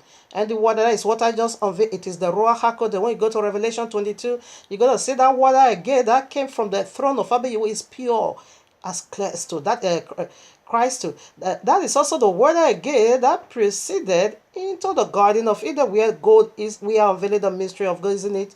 The first alphabet, where did it go from? It go back to the origin of things, where it all began. How did Abiyawa did it? Revelation 22:21. He's speaking of Genesis 1 and 2. Restoration. It is Eden restored. Okay. So right now, the mystery of water will unveil. It is the Ruach HaKodesh, and the location is to what? It is the throne of Abiyawa. So right now we proceed now. And for the forefront of the house stood towards the east, and the waters came down from the right side of the house and the south side of the altar. So it's also the south side, that is of the altar. That's what we want to also look into now. We see the east, what the east contain, and the south side of the altar also. We are dealing with the throne room of Abiyawa over here. Where I'm unveiling unto you, it is the throne room of Abiyawa being given unto prophet Ezekiel in a vision. And this his throne here on earth is also going to be, yes, after the cleansing of it all. So, like I read already, the south side of the altar, who also came from the south side of the altar. So also there are tribes. Okay, let's also unveil that. When you go to, okay, let me read some part for you. Here I am, 1 King 11:31-32, and he said to Jeroboam, take the 10 pieces. All right, now I think I'm going to read it. 30 is better. Yeah, for a better. 30. Oh, okay, no, 31 is okay now. And he said to Jeroboam, take thee 10 pieces. For thus saith Yahuwah, the Elohim of Israel, behold, I will rend the kingdom out of the hand of Solomon, and I will give 10 tribes to thee. But he shall have one tribe for my servant David's sake, David, and for Jerusalem's sake, the city which I have chosen out of all tribes of the earth. What is this again? All right, now, family, you can read all chapter 12, but I want to pick some part here. We see already Abiyawa said he's going to give 10 tribes to Jeroboam. Yeah, Jeroboam got 10 tribes, while Rehoboam only have 2 tribes. All right, now. Okay, and when Jeroboam was come to Jerusalem, he assembled all the house of Yehudah with the tribe of Benjamin and 100. So these are the only two tribes left for him, the son of Solomon, okay? 22 now. But the word of Yehovah came unto, 23. Speak unto Jeroboam, the son of Solomon, the king of Yehudah, and unto all the house of Yehudah and Benjamin, and to the remnant of the people. Okay, I just want to prove the two tribes in one. That is the tribe that was left for him, the son of Solomon, was Yehudah, that is the kingly tribe, and Benjamin, the son of the right. Benjamin simply means the son of the right hand. So that is the last born of Jacob. Okay, so these are the two tribes in one that is being left. These two tribes is called the tribe of the south, Southern tribe, while the 10 tribe is being called the Northerner tribes. Okay, mind you, all together, when you go to Numbers 1 and Numbers 2, you're going to find it over there that all the tribe, just Yasuf got double portion. So all the tribe in all together, it is 14. So in the nutshell, we have to take Manasseh and Ephraim. Therefore, the Northerner is going to be 12 tribes, while the south is going to be just 2 tribes, Yehudah and Benjamin. Benjamin simply means the son of the right hand. Yehudah, you know what that is already. Okay, so Yehudah and Benjamin, they are the southern side tribe. All right now, so let's go more. So what are we doing over here? Let me put some more for you. So the south side of the altar represents a tribe. Okay, the east and the south is still talking about tribe. Okay, so right now it's talking about where the throne of Abba Yehovah is. That is the location. And the south tribe, it is who? Yehudah. And where the Yehudah kings come from. All right now. So let me still put some more for you. So what are we unveiling here? The very first letter of this word called gold. It's fully loaded, like I said. It takes so much to unveil. But I'm so glad, and I'm so glad to do this. And proudly to do this. So proud of it. Okay. At the other side, we see the south and the what? East is still talking about one tribe. Then let me reverse to now before we get deep. There brought he me out of the way of the gate northward, and led me about the way without unto the gate by the way that looketh eastward. And behold, there run waters on the right side. So that right side, like I said, is still talking about the tribe of Yehudah and Benjamin. We see the two tribes that conjoin together. Benjamin simply means the son of the right hand, which is Yahushua, is the right hand of Abba Yehovah. It speaks of, it's still talking about just one person. He that ascended from the eastern gate, it is Yahushua. He that is coming back from the eastern gate, from the heaven, it is Yahushua. And will unveil what is in the eastern gate. That is the location where the throne of Abba Yehovah is. Wherever you find Yahushua, find Abba Yehovah's throne, Yahushua is always there. So when he's talking about eastern part or whatever in the order, is speaking of this head of the tribe of Yehudah. It is Yahushua is the son of the right hand. The two tribes that conjoin in one. They've been called the southern part as a tribe. They are the tribe of the south, or the southerner tribe. Okay. So right now it's speaking of Yahushua HaMashiach over there. All right now. So the water now came from where? Eastward. This is heavy. Yahushua said, the water I'm going to give unto you is a well of everlasting life. Okay. Now, this water is coming from the eastern part. It's coming from Yahushua. Is the eastern part, is the south. Is the same tribe we are talking about here. Let me keep reading. Now, verses 3.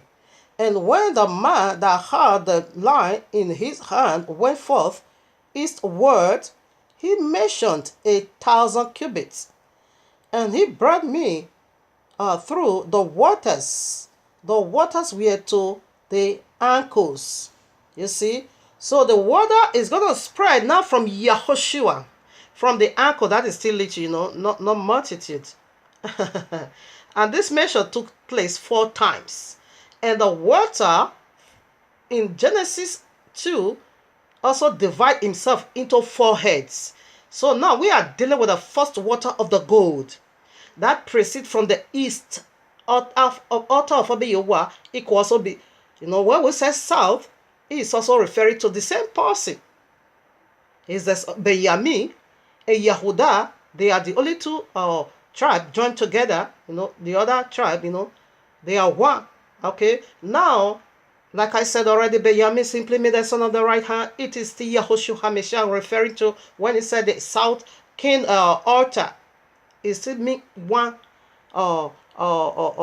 one Yahushua, or one deity, or one Yahushua. Yes, it's still talking about our Messiah, Yahushua HaMashiach.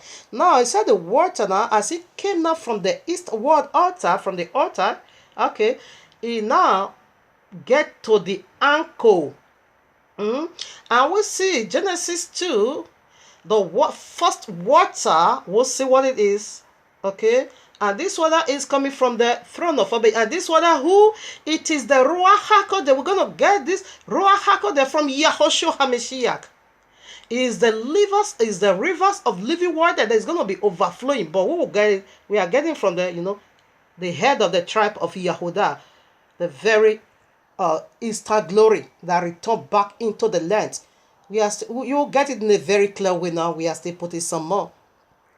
Here I am, Bereshit 2, Genesis 2:8. And Yahuwah Elohim planted a garden eastward in Eden. And there he put the man whom he had made. Who did he put in this eastward garden? This is the throne of Abba Yahweh we are dealing with here. It's heavy meat, okay? It has to do with gold, the mysteries of gold. Now, the first Adam, isn't it? Okay, now the second Adam, Abba Yahweh begins his movement, genealogy with just one man, okay? Now he fell from glory. Now the second Adam picked up that call to restore this folly state or folly kingdom of the first Adam. And he is the very one the water get to ankle. He said, because this water that came from the throne of Abba Yahuwah, it did not just hit the whole world back. It started gradually. Just as Abba Yahuwah never didn't fill the whole world with people much. It started with one. So they send this water, first of all, reach the ankle. Ankle of it represent Yahushua HaMashiach. The spirit begins with him. The Ruach HaKodesh came from him. That is why he gets to the ankle. Now, he's talking about this last day. This revelation hasn't yet been fulfilled. This revelation is referring to the fallen state of Genesis 3. To the kingdom of Adam that fell from glory. Is referring to the restoration of it. And who is going to restore it is the second Adam. And that water begins with him. To the ankle, Yahushua have about 3 appearances in the royal law. When you go to John 20, only his wife Maria knew about his secret ascension and his secret descent.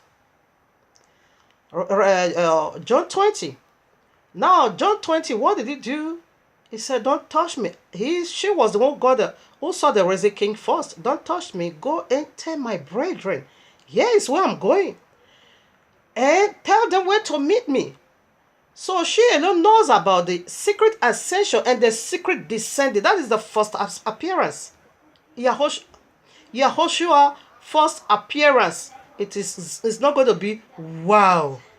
But due to the characteristics of this very one, you're going to know, because as he go home up, the sun is coming down. He go up a man. He's coming down a man. He go up a flesh. He's coming down a flesh. He will descend. His first coming or his first appearance is not going to be something that is going to be, this is breaking news. Not at all. It's going to come. You see the water start from the ankle. It's going to come privately. Now the second appearance. That is the second water. Now also go there before I reveal the second appearance. All right now. Here I am, Ezekiel 47:4. We see the first water to the ankles. It starts with little. Okay? Like the first Adam and like the second Adam and his family. Like the first Adam and his wife. And the second Adam and his wife also. And the second Adam's wife knew when her husband ascended. Maria Magdala, when her husband ascended, she knew about the secret ascension. And she also knew about the descending ascension. Go and tell my brethren to come and meet me over here. Okay, in so time right now I'm going up over there. And I'm coming right back again. Tell them to come and meet me over here. All right now. That is the first water. It's going to be for Yahushua private. It's private. You know. Just like the first Adam and his wife. Now read for.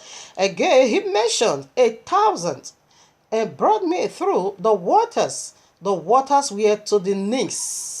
You see now the water is growing. The Ruach HaKodesh is spreading. Oh, Robo Shanda, that is the mystery of gold. That needs to beautify our life as gold. That needs to refund you and me. What does water does? Water cleanses from the inner. Oh no. It purifies us. Oh, Robo Shanda. And when he's done with you, you will be wow, even more beautiful than gold. Right now, the water now gets to the knees. We are growing. So that is this second appearance. His second appearance has it. What does that? How does that work? That is to appear in the cloud. This one is going to be breaking news because the water is growing and it's spreading. Now proceed from just private life now into public ministries. Because the water is spreading. The Ruach HaKodesh is spreading. This is going to be breaking news. Okay. I think I also have to post some scripture. Let me not be talking. Serpent is wicked. Serpent is really, really wicked. He wanted to steal this away from me. Please, we return back to the water in the ankles because it's dealing with the head of the tribe of Yehuda, which is Yahushua HaMashiach. Okay, the water to the ankles. There's two scriptures I just left over. I only quoted one, whereby I jotted three. I only quoted one or read one. It's too poor. So I need to put it back. So we go back now to the water in the ankles. That is how Abba Yehoshua started. So lead you with the first man, the first woman, and the second Adam to take it over. That is his first appearance, which his wife knew about, Maria, the water to the ankle. Here I am, Micah 5 verses 2. But thou, Bethlehem, Euphrates, though thou be little among the thousands of Yehudah, yet out of thee shall he come forth unto me, that is to be ruler in Yisrael, whose goings forth have been from of old, from everlasting. Can I take it again? Micah 5:2. But thou, Bethlehem, Ephraim, though thou be little among the thousands of Yehudah, yet out of thee shall he come. He's talking about Yahushua HaMashiach. Come forth unto me, that is to be ruler in Yisrael, whose goings forth have been from of old, from everlasting. Now, Revelation 5. I also want to put some more over there before we now proceed to the second word. Revelation chapter 5. Where? Yes, verses 8 now. Is it 8? No. Where is it? Oh, my father. Yes, 5 also. Time is going. I read.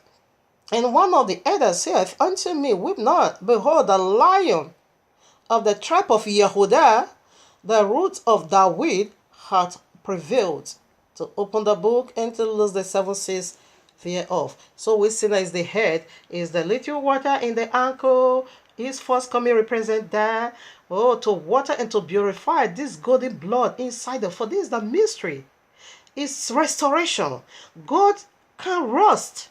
God preserved for eternal. What I will say, what is the mystery over here? That the water, the first river that goes out from the throne of Abiyawa goes straight to where? To the land of gold. To the land of gold. It said the gold of that land is wonderful, and it also mixed up with a lot of precious stones. That is the planks of Abiyawa right from the beginning is preserved. No matter what Sempet is doing, it's highly preserved. God cannot rust, neither do precious stones rust. They last for all eternal. This is the beauty and the glory of this first alphabet that planks over Abiyawa had before the fall. It is eternal. He is preserved as gold. He is preserved as diamond stone. It's coming right back. That is why the very first river, it watered the land of gold to preserve as a covenant. God is a covenant of preservation. God is a covenant of my plans stand eternal, not to change it. God cannot rust.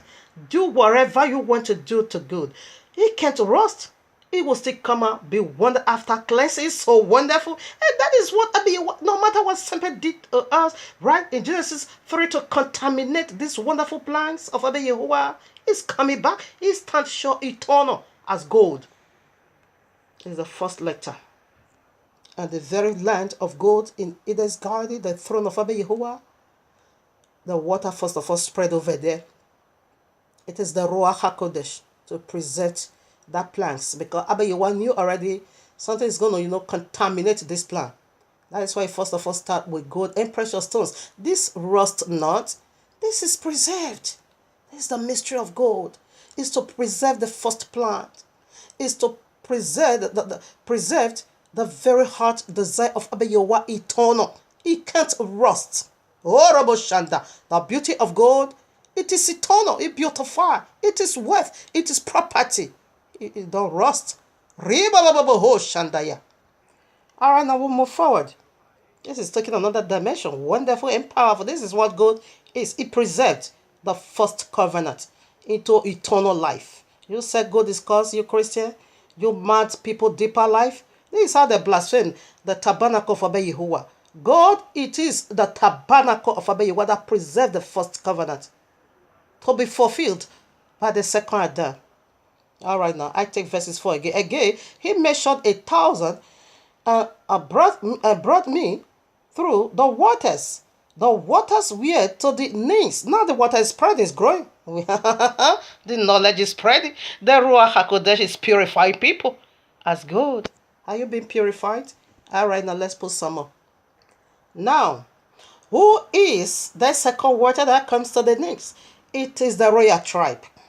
It is the tribe of Yehudah. After we have seen the head of Yehudah, that is why he added that east or south, that south. That is why he added that south in the altar where the water came from.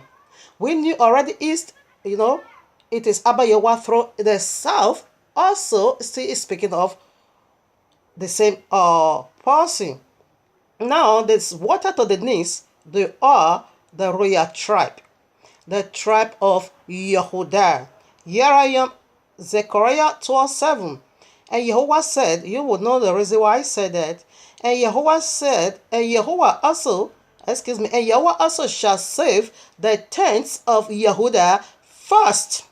Did you get that? Yehovah, after this Ruach HaKodesh has already, of course, in Yehoshua, that is first appearance of Yehoshua as coming. Like I said already. And this second one is going to be wow. That is the breaking news. Because now we are multiplying. We are spreading. The Ruach HaKodesh is making more, cleansing and profit until, Yehovah. Oribo Shandaya. Rekos Klimaha. I am of a bitty work as gold. All right now. My time is good. Yehovah also shall save the tents of Yehudah first. So the Ruach HaKodesh is coming to them first. That the glory of the house of David and the glory of the inhabitants of Jerusalem do not magnify themselves against Yehudah. Why? Because it is Yehovah's portion here on earth. That is what we call our language Yehudiah language. So I'm going to make the new covenant with the house of Yisrael and with the house of Yehudah. The whole earth, it is Yisrael. And the language is going to be what? Yehudief. Orobo Shandaya.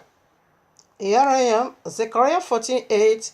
And it shall be in that day that living waters shall go out from Jerusalem, half of them towards the former sea, and half of them towards the hiding sea. In summer and in winter shall it be. So Jerusalem is still referring to the city of the king, the head of Yehudah. Now listen. Matthew 24:27. This Yahushua giving us, the criteria of his coming. How is it going to be? Listen now. For as the light cometh out of the east, that is Yehudah again, and shineth even unto the west, then it gets to other tribe. So shall the coming of the Son of Man be. So the whole redemption is going to begin first with the tribe of Yehudah. When you also go to Revelation, I think I'm also going to read it. Okay, here I am, Joel 3:18.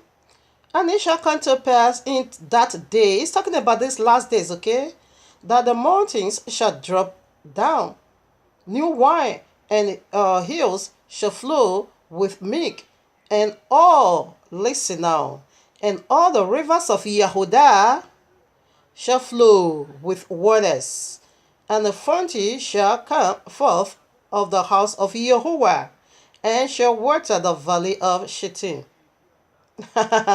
Yehudah needs to be saved first. They are the congregation of Philadelphia. That needs not to go where tribulation. All right, now we are still putting some of the second water. That is the second glory of the Ruach HaKodesh. When you go to Numbers 1 and I think I'm also going to read some parts of Numbers chapter 2. Yehudah is the spiritual lead power.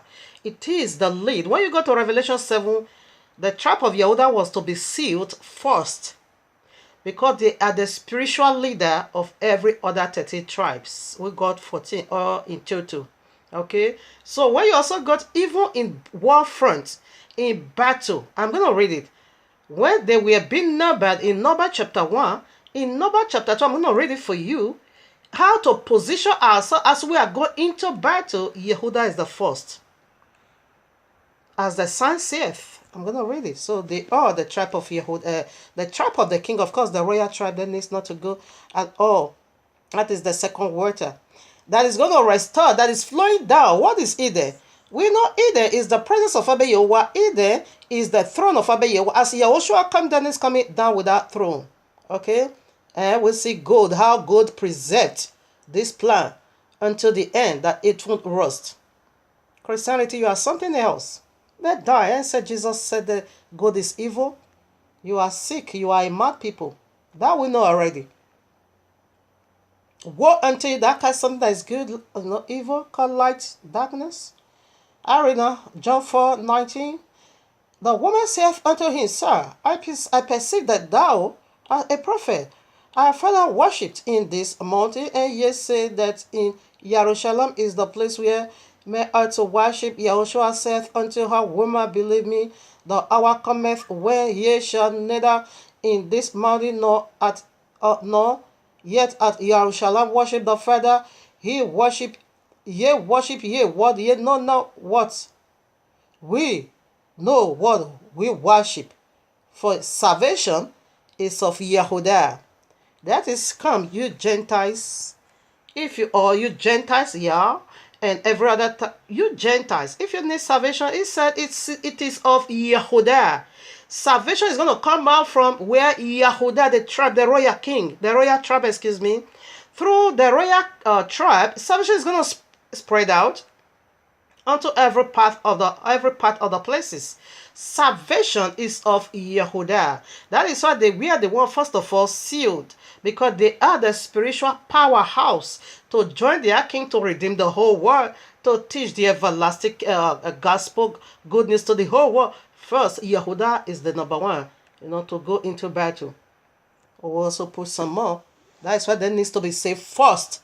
That is why they will not go through Sharia law. Every other 30 tribe is going through Sharia law. But Yehudah, no. Salvation is of Yehudah. But the hour cometh, and now is, where the true Where the true worshiper will worship Jehovah in truth and in spirit. Why are we not going to be doing it now in Jerusalem? Yes, because of the exile.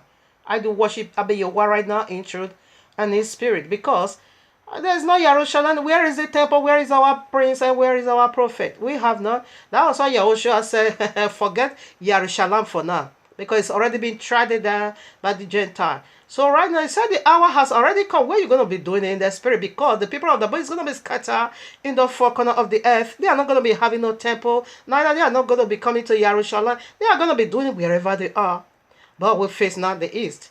You see, that's why they say wherever we pray, we should face the east. Okay, for me, my facing of the east is the royal law.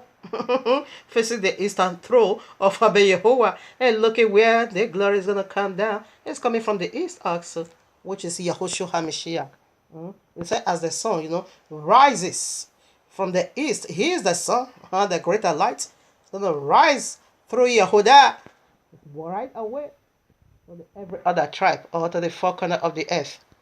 All right, now, here I am, Revelation 3:7.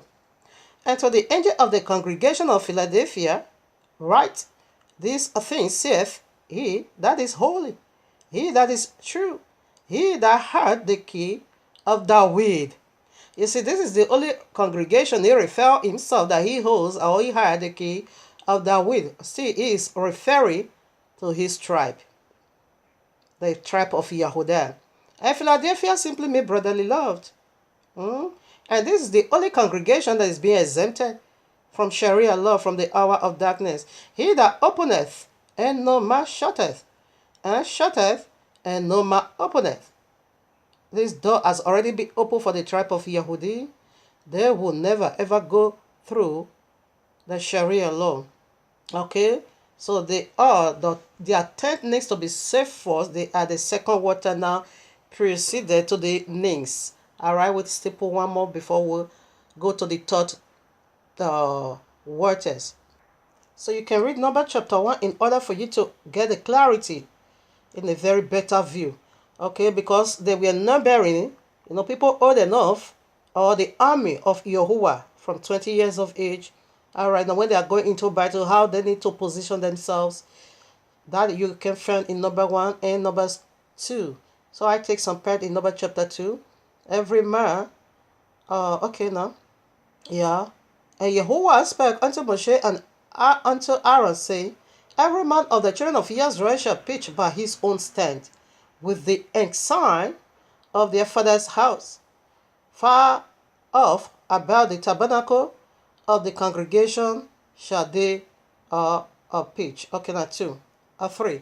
And on the east side word, I love the royal law. It's so accurate. And on the east side towards the rising of the sun shall they of the stand of the camp of Yehudah pitch throughout their armies. Did they get that? Okay, that is the sign. When we go into battle, you need to do it like this. In order for us to get the victory, you need to position yourself where I ask you. When you also go to Revelation 7, we are the first to be sealed. Now I read now. All that were numbered in the camp of Israel. Okay, oh, no, I'm done. Excuse me. What is the middle there? I just want to prove the eastern part, okay? So that is the second water. Their camp, the tribe of Yehudah is the one to lead in the army when going into battle. Yahushua, they are going to follow Yahushua anywhere Yahushua go. Revelation 40 saith. But Yehudah is to lead it all. Alright, now we are right back again to Ezekiel 47. Now we take for the last verse of the 4. Again, he measured 1,000 and brought me through the waters. The waters were to the knees. That is the tribe of Yehudah. The Ruach HaKodesh is spreading, growing, okay? The signs of the last day, the glory of Abba Yehovah is spreading. Now, again, he mentioned 8,000 and brought me through the waters. Where to the loins. These are the entire 30 tribes. To the loins. Now we are growing, isn't it? The water in Genesis 2, 9 to 14, divided itself into 4 heads, or river. Horrible Shandaya Baba. And when I say the very first one is to beautify every other one. Okay? So let's put some more. Horrible Shandaya. Alright now. You know, Ezekiel 47 is the prophecies of the last days. It has never ever been fulfilled. It don't have the first what they call preliminary or so. So this vision is fresh. Okay, it is in the signs of the, just as the temple of Ezekiel has never been built. Yahushua is the one to build the temple. Exactly the same with all the signs we are unveiling from there. It is the signs of the last days. All right now. So right now the water is growing, isn't it? Now to where? To the loins. So here I am, Zechariah 13. I take from 8. And it shall come to pass that in all the land, where all the children of Israel is being scattered in all the land, saith Yahuwah, to part therein shall die. Should I take it again? I made a mistake. And it shall come to pass that in all the lands, saith Yahuwah, to part therein shall be cut off and die, but the third shall be left therein. All right now. And I will bring the third pair through the fire, and I will refine them as silver is refined, and will try them as gold is tried, and they shall call on my name, and I will hear them, and I will say, it is my people, and they shall say, Yahuwah is my Elohim. Wonderful. I am being refound as God. I am being tried as God. I am of a bitty work as God. Ye Nebo. Ye Sekeya. Ye Nebo. I am being tried as God. God passed through fire. God passed through exile. God passed through oven. I am being refound as good. Yeah, have you been refound as good? Why should one say good is evil? I can't understand. When I look at, each time I look at the madness of these people called Deeper Life, and of these people said they died, they rose. Jesus said, God, people that use God, they are in the link of fire. It make me sick. Has it come to that extent that you will just see something, one that you will be calling it evil? Why? The only way God will become evil when you take God as your God, like Esau. Esau's first son is called Eliphaz, meaning God is my God. That is evil. That is where it now become not God itself, but it is your relationship now with God. It is your attitude now. It is your wickedness now, but not in total or in totality or in general. No, you can't discredit God. You have fake money, isn't it? But you cannot say because there are some fake money, therefore all money is fake. Not at all. You still differentiate the good. There is a good purpose for good. God is eternal. You cannot condemn God because somebody is saying God is his God, like Eliphaz. Eliphaz simply means God is my God. That is when I become evil. Like money. He said the love of money is the root of all evil. Can you say you will not look for money because he said the love? Yes, the love of it, that is where you now become evil. Money is not evil. But when you now take money as your God, you want to get money at all kinds, regardless, killing someone, that is when you now become evil. But you cannot call money in totality evil. Deeper Life, mad people, Jesus, mad people. Can you say money is evil? But the love of it, he said, is evil. All right now, we proceed now. Are you being refined as good? All right now, here I am, Deborah 30 verses 4. So we are looking into the third characteristics, the third characteristics of this water that flew from the throne of Abba Yahuwah down here on earth, to beautify the Garden of Eden. It first of all start with the land of gold, isn't it? And we are unveiling the mystery of gold. The very first alphabet of this word called gold. What did it go for? It now go for glorious Garden of Eden. And gold preserved eternal. God preserved the first plan of Abba Yahuwah, because Abba Yahuwah something is going to ravage it. He's going to pour it outside down. Therefore, the first river was gold. or the first land was land of gold. It said the gold of that land was good. And that gold land also have diamond stones. Me go together is eternal. Oh, Robo Shandaya. All right, now we are looking into the third part. Here I am, Deborah. Tell to RE4.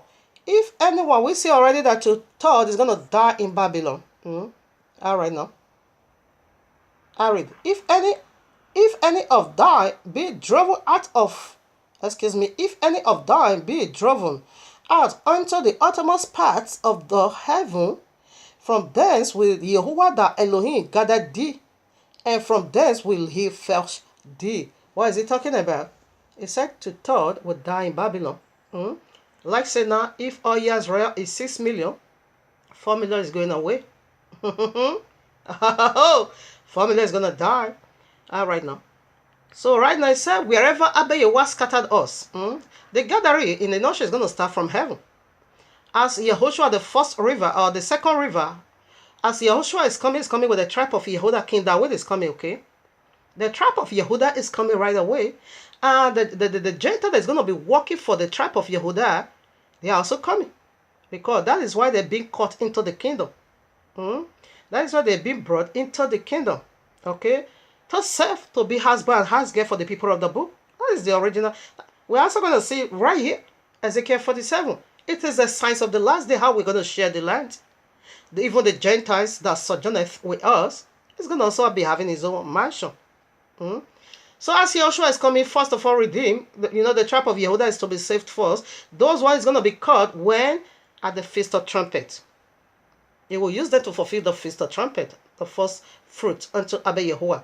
Now, that is the only feast that begins first day of the month. Okay, it begins the month.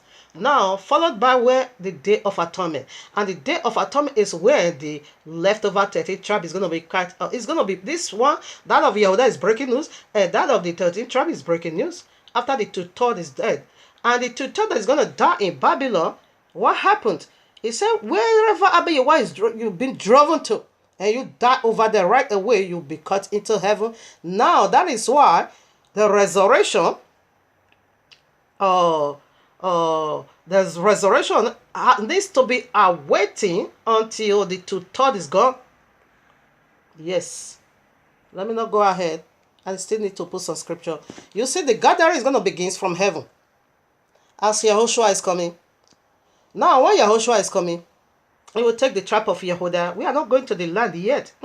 Because anti-Sharia law needs to mess up that land. It's the last, poisoning. Is the last Ebola virus. It's the very last battle. When after they finish their madness, it will now both the synagogue say that will now both the Mahdi will kick all of them out and go and throw them in their own land. It will throw the Mahdi to where Saudi Arabia. That is where you belong. Go there and go and face your Mecca, mad people. Then the synagogue of Satan will carry them and throw them in Babylon. Where is Babylon these days? I think they said it's Iraq or Iran. I don't know. They'll go and put them over there. Then they will cleanse the land. Before, when this is going to happen, it's going to be the Day of Atonement. Not yet. So, but the tribe of Yehuda, that is the second appearance of King Yehoshua. The tribe of Yehuda will be cut up with Yehoshua into that very preserved country where anti-Sharia law cannot come. That is the Ark of the Covenant. The tribe of Yehuda will not go through it. So they will be preserved from the madness of Mahdi. So that is the one that is going to cut up with him in the cloud. Hang over there. So through these people, the multitude, the water that come to the loins, there his feet will not land where? That is the final appearance. His feet will not land where? The Mount of Olivet. He ascend from there. That is first time his feet is going to land Jerusalem, Israel, the Holy Land. Okay? In redeeming these people. We are going to be having our home mansion, diamond. You see, the pure street is of pure gold. Mad people, Linda. Oh, you deeper love, you are all crazy. And you Jesus people, both Jesus, all of you are all stupid. For you to say good. People, they die, they go to hell, and I see some people Jesus not to them, these people is over here because they put on gold. You are mad. 100%. This is how you blaspheme. This is how you are blaspheming the tabernacle of Abba. You will wear back everything in this throne. This is all. All this you are seeing over here is up there also. They are all pure good. Pure good. You are mad. Here I am, Matthew 24, 29 to 31. Immediately after the tribulation, you see now? So wherever we are driven into now, as soon as we die in Babylon, straight away Micaiah is getting us straight back home. The one that make it, if you die in Jesus, straight away, he is carrying you to the bosom of Father Abraham until you be cleansed over there. Okay, that is the great stipulation that if it were possible, they would deceive the elect, but the elect is not utterly possible. So if you die in Jesus and your Sunday madness and all your Ishtar keeping, you are going right away to the bosom of Father Abraham until you be cleansed. Okay, but when you die in Yahushua, straight away Micaiah will fly you up over there and waiting to the coming of Yahushua when all of us is returning. But that is why the great tribulation needs to occur first before the first resurrection. So the one that died in Babylon in this great tribulation, where Yahushua is coming, they are all coming back. They are all resurrected back to life. That is why he said, endure unto the end, even unto death.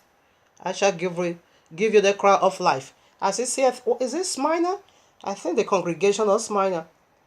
All right, now read. Immediately after the tribulation of those days, shall the sun be darkened, and the moon shall not give the light, and the stars shall fall from heaven, and the powers of heaven shall be shaken.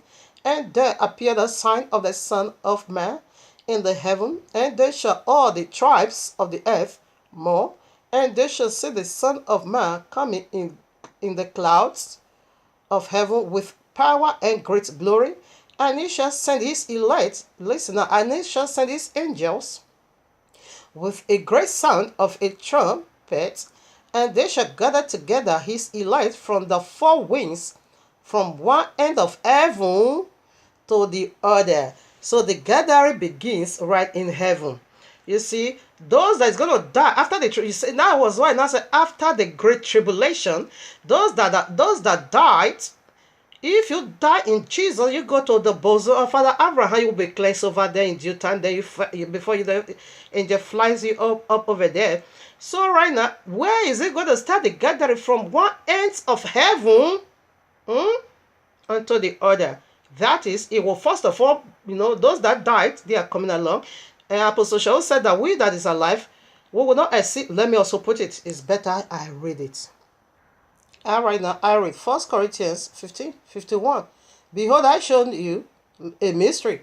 We shall not all sleep, but we shall all be changed in a moment, in the twinkling of an eye, at the last trump. For the trumpet shall sound, and the dead listener shall be raised incorruptible, and we shall be changed. All right, the dead is to be raised first, and we that is alive will change. For this corruptible must put on incorruption, and this murder must put on immortality. So when this corruptible shall have put on incorruption, and this murder shall put on immortality, there shall be brought to pass that saying that is written, death is swallowed up in victory. You see, so the gathering is going to begin from heaven. So that's why he said unto the congregation of Smyrna, be faithful unto death. I will give you crown of life. When you lost it, Sharia law, maybe when you die in Sharia law, maybe it's gonna take just few months. You are coming back. Just few months. You are coming right back. Not a year, just few months, because it's gonna confirm the covenant when in the midst of this great tribulation, which is 3.5 years. So that's why I said be faithful. So even though they behead you, they roast you, it is not important. In few months, you are coming right back with a glorified body. Okay? Because the corruption must put on now incorruption. Because the covenant of gold is to preserve the plans of Abba Yehovah right from Genesis into eternal life. This is the first mystery we are still unveiling, people. It is heavy, like I said. All right, now we now head to the very last. No, we still got a lot of points. I said this one is a heavy igbe. is the heavy and the biggie and the wavy. If I'm done with point 1, the glorious gold, the mystery of gold, the very first letter, go forward, glorious garden of Eden. If I'm done with this, then I'm done. All right, now I read 5 now. Afterward, he mentioned 1,000. And it was a river that I could not pass over, for the waters were rising, waters to swim in, a river that could not be passed over. Now, the knowledge of Abayewa covered the whole world. Narabashando. We see immediately go from the third part, which is the whole house of Israel, that is now spread to the Gentile world. Let me read it. All right, now I read Habakkuk 2:14. For the earth shall be filled with the knowledge of the glory of Yehovah, as the word is, cover the sea. All right, now we'll see already now the fourth point, or the fourth mention, that everywhere is not filled. So that one now goes to the Gentile world. The very Gentile that is going to be saved in these last days. As Yahushua comes, Gentile is also going to be saved. Okay, this Gentile is going to be the very Gentiles that mingle with Yisrael. Like he said, I think Jeremiah, I think maybe if I can find it, I will do. It said Ephraim is a pancake not turned. Now, how does a pancake not turned look like? The down is black while the up is white. So it's going to be mixture. So Gentile, Migo now, that is, they are not one intermarry. They are not for Israel, but they are not for Gentile. So they will be redeemed. They are not for Israel, they are not for Gentile, But the full blood of Israel is the one to go first. And this river that is spread every part of the places, it's unspeakable. This knowledge is gonna spread all over. Remember 1,000 years. As Yahushua, can you make it up to it? Even though you also take Sharia law, but that one will be eternal damnation. Sharia law, when you take Sharia law, now you've been converted to Islam, but you're still gonna live long. And this knowledge, you are gonna be aware of it, but you cannot come to us anymore because you already sold your soul to Allah. But you cannot come to us. But the one that does not take, I don't know. Abayewa is working mysteriously in a mysterious way. Islam, their own children is born, Islam religion is by birth. When you marry, it's by birth, okay? When you rebel, like some of them, it's also rebel. They don't want to be Islam. They say they are Christian, whatever. Okay. But I know some is going to be saved, okay? Some will be preserved. Now you are going to be living a very, very long time. Like, we are going back to the old, okay? That is the 1,000 years of one day. It said that day you will eat of it, you shall die. Adam couldn't complete the one day. The first Adam, he died. And the second Adam is still bringing that one day, 1,000. In order to resurrect the first Adam into glory eternal. Okay? So, that 1,000 people is going to be living. And the prophet Yeshu said, when you die, being 100 years old, they said that will be curse. That is going to be considered curse. People is going to be living like 500 years, 600 years, 700 years, It is awesome. And everyone must be, aware of this knowledge, of the glory of Abba Yehovah. All right, now, we proceed more. Okay, I still need to read some part here before I put a commentary. I read now.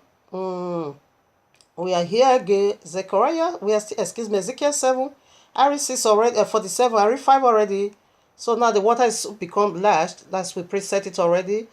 What that is. And it says this now. And he said unto me, Son of man, hast thou seen this? They brought me and caused me to return to the bank of the river. Now when I had returned, behold, at the bank of the river were very many trees. Yisrael is a tree. Yahushua, we see already, is the tree of life. Serpent, the wicked one, alias Jesus, altogether, they are the tree of the knowledge of good and evil. Nebuchadnezzar was a tree. Hmm? He has raised a tree. Gentile is also a tree. Romans 11. They are the white tree, which simply originated from where the tree of the knowledge of good and evil. So this tree here is another form of water, and is referring to people also. And on the side, okay, now it said, okay, bank of the river were very many trees on the one side, on the other. And said this, and then said he unto me, all right now, yeah, this one, the verse 8 is another part. So let me comment on this. All right, now here I am, Daniel 12. I love the royal law. 5. Then I, Daniel, looked, and behold, there stood other two, the one on this side of the bank of the river, and the other on the other side of the bank of the river. And we know river is the people. And one said to the man cloth in linen, which was upon the waters of the river, how long it was upon the waters of the river. Oh, my father. Oh, no, this is awesome. How long shall it be to the end of this wonders? When this wonder is going to end? Robo Shanta. My father want to know, but it's not your days. But you are coming back. F7. And I heard the man clothed in the white, cloth in linen, which was upon the waters of the river, when he hid up his right hand and his left hand unto heaven, and swore by him that liveth forever, that it shall be for a time, times, and half a time. That is three after the 3.5 year great tribulation, the wonders. And when he shall have accomplished to scatter the power of the holy people, when is it going to be dispatched to the four corner of the earth? Listen now, all these things shall be finished. Okay. And heard I, but I understood not. Then said I, oh my Adonai, what shall be the end of these things? And he said, go thy way, Daniel, for the word are sealed up. For the words are closed up and sealed till the time of the end. Let's go now to the time of the end. This is the time of the end when this glory is going to be fulfilled, people. All right, now here we are, Revelation 10. That man cloth with a white in it is Yahushua Hamisha. Maybe you know already by now. He is the one we are talking about over there that stood upon the water. He said, the water that I'm going to give unto you is a way of living water that will lead you into eternal life. And again, we see water go for 3 dimensions. It go for the word of Abayowa. It goes for the Ruach HaKodesh. The one in Ezekiel, it is that is spreading from ankle to ankle. That is the Ruach HaKodesh, okay? But the very one he stood upon here, it is people. Listen now. I read. And I saw another mighty angel come down from heaven, clothed, Revelation 10, clothed with a cloud, and a rainbow was upon his head. This is Yahushua. That a one man that stood upon that said, that lift up his hand and swore by he who live forever. It is Yahushua, the very one, we have been unveiling. I have been unveiled unto you. All right, now he not clothed with, cloud. What is the color of cloud? It is still talking about white linen. And a rainbow was upon his head. That's correct. And his face was as it were the sun on the greater light. And his feet as a pillar of fire. Yes. When you go to Revelation 1, I'm going to find it over there. And he had in his hand a little book open. Daniel wants to know, what is this tickle? What is this? Before this, you will scatter the power of the holy people. When? He said it's closed up and is sealed until the end. And this book now is open already. This is the book now we are talking about. I read. And he had in his hand a little book open. Now it's no more closed, it's no more sealed, okay? Because this is the time of the end. And he set his right, listen now. He set his right foot upon the sea. A sea is also water again. And his left foot on the earth. Here on earth is talking about again.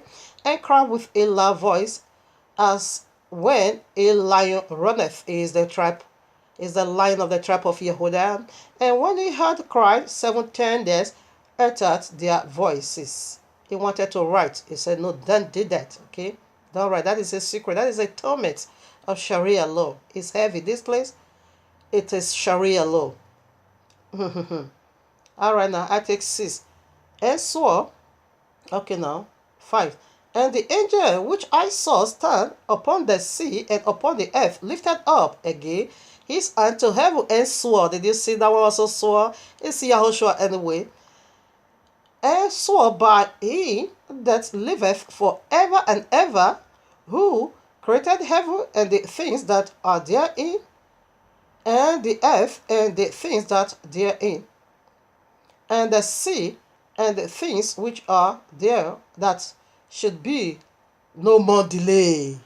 It now gave the time of Sharia law is times and half a time. Time is a year, times is double 2 years, which is 3.5 a year. That is the Great Tribulation, 42 months. You can also see that Revelation 11. Revelation 11. Not 7. But in the days of the voice of the seventh angel, when he shall begin to send, the mystery of Yahuwah should be finished, as he hath declared to his servants the prophet. And the voice which I heard from heaven spake unto me again, and said, Go and take the little book which is open in the hand of the angel which standeth upon the sea and upon the earth. And I went unto the angel, and he said unto me, Give me. I said unto him, Give me the little book. And he said unto me, Take it and eat it up, and it shall make thy belly bitter, but it shall be in thy mouth sweet as honey. That is the gallbladder, persecution, all those things. And I took the little book out of the angel's hand, and ate it up, and it was in my mouth sweet as honey. And as soon as I had eaten it, my belly was bitter. And he said unto me, Thou must prophesy. That's what I'm doing now. Again, before many peoples, that is the water. He stood up, he must speak to them. Before many peoples and nations and tongues and kings. Yes, that is the water he stood upon. The secret is unveiled. Go and minister unto that will put their house in order, like what I'm doing now, and prophesy unto you. The mystery of God is not a cause, excuse me, mad people. It simply means, glorious garden of Eden, God preserved. We see the first river spread to the land, where the land where God is. It first of all preserve it. Horrible Shandaya. Here I am, Revelation 1:15, and his feet like unto fine bronze, and as if they were burnt in the furnace. You see, where I read for a confirmation, and his voice as the sound of many waters. And this waters here is referring to people. As we are marching out, we are speaking his very, prophecy, his voice. We are his voice. When you come out of the royal law, that is his voice. Okay? When you speak according to the testimony of the royal, that is his voice. His voice in the four corners of the earth as the mighty waters. We are coming out. Alright, let me put some more. Revelation 17 now. And there came one of the 7 angels which had the 7 vials, and talked with me, saying unto me, Come hither, I will show unto thee the judgment of the great whore that sitteth upon many waters. That is the sample, the knowledge of the tree of good and evil in our midst. Both tree were in the midst of the garden of Eden, where good is.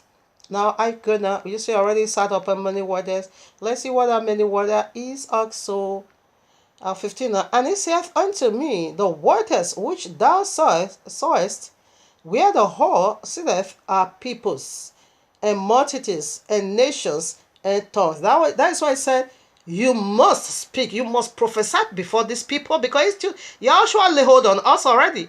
He lay hold on those that is going to be saved already, because the Ruach HaKodesh is getting ready now, already done his own part. It is for you, and not begin to spread it out. You must prophesy. They are peoples. Where there, he stood upon his people. And that is the river was also in Ezekiel where? 47. And that is the river again. Genesis 2. To water people's life, to beautify us. As we saw the goldy blood inside of us. It is refined, it is cleansing.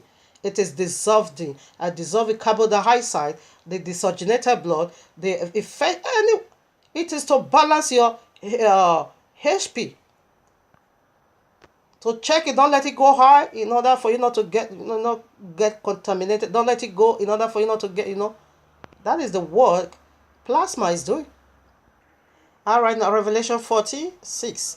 And I saw another angel fly in the midst of heaven, having the everlasting gospel, to preach unto them that dwell on the earth, and to every nation, and kindred, and tongue, and people. Those are the that is the last set of group of water that the sea now become, in fact, it's unpassable now. It's filled everywhere. All right, now here I am, Yeshayahu chapter 60, Isaiah 60. I'm going to read only, I know the first is, arise and shine, for the light has come, and the glory of Yahweh is risen up in you. For behold, the darkness shall cover the whole earth. Darkness shall cover the earth, and grass, darkness, the people. But the Yahuwah shall rise upon thee, and his glory shall be seen upon thee. And the Gentiles, listen, and the Gentiles shall come to thy light, and kings to the brightness of thy rising.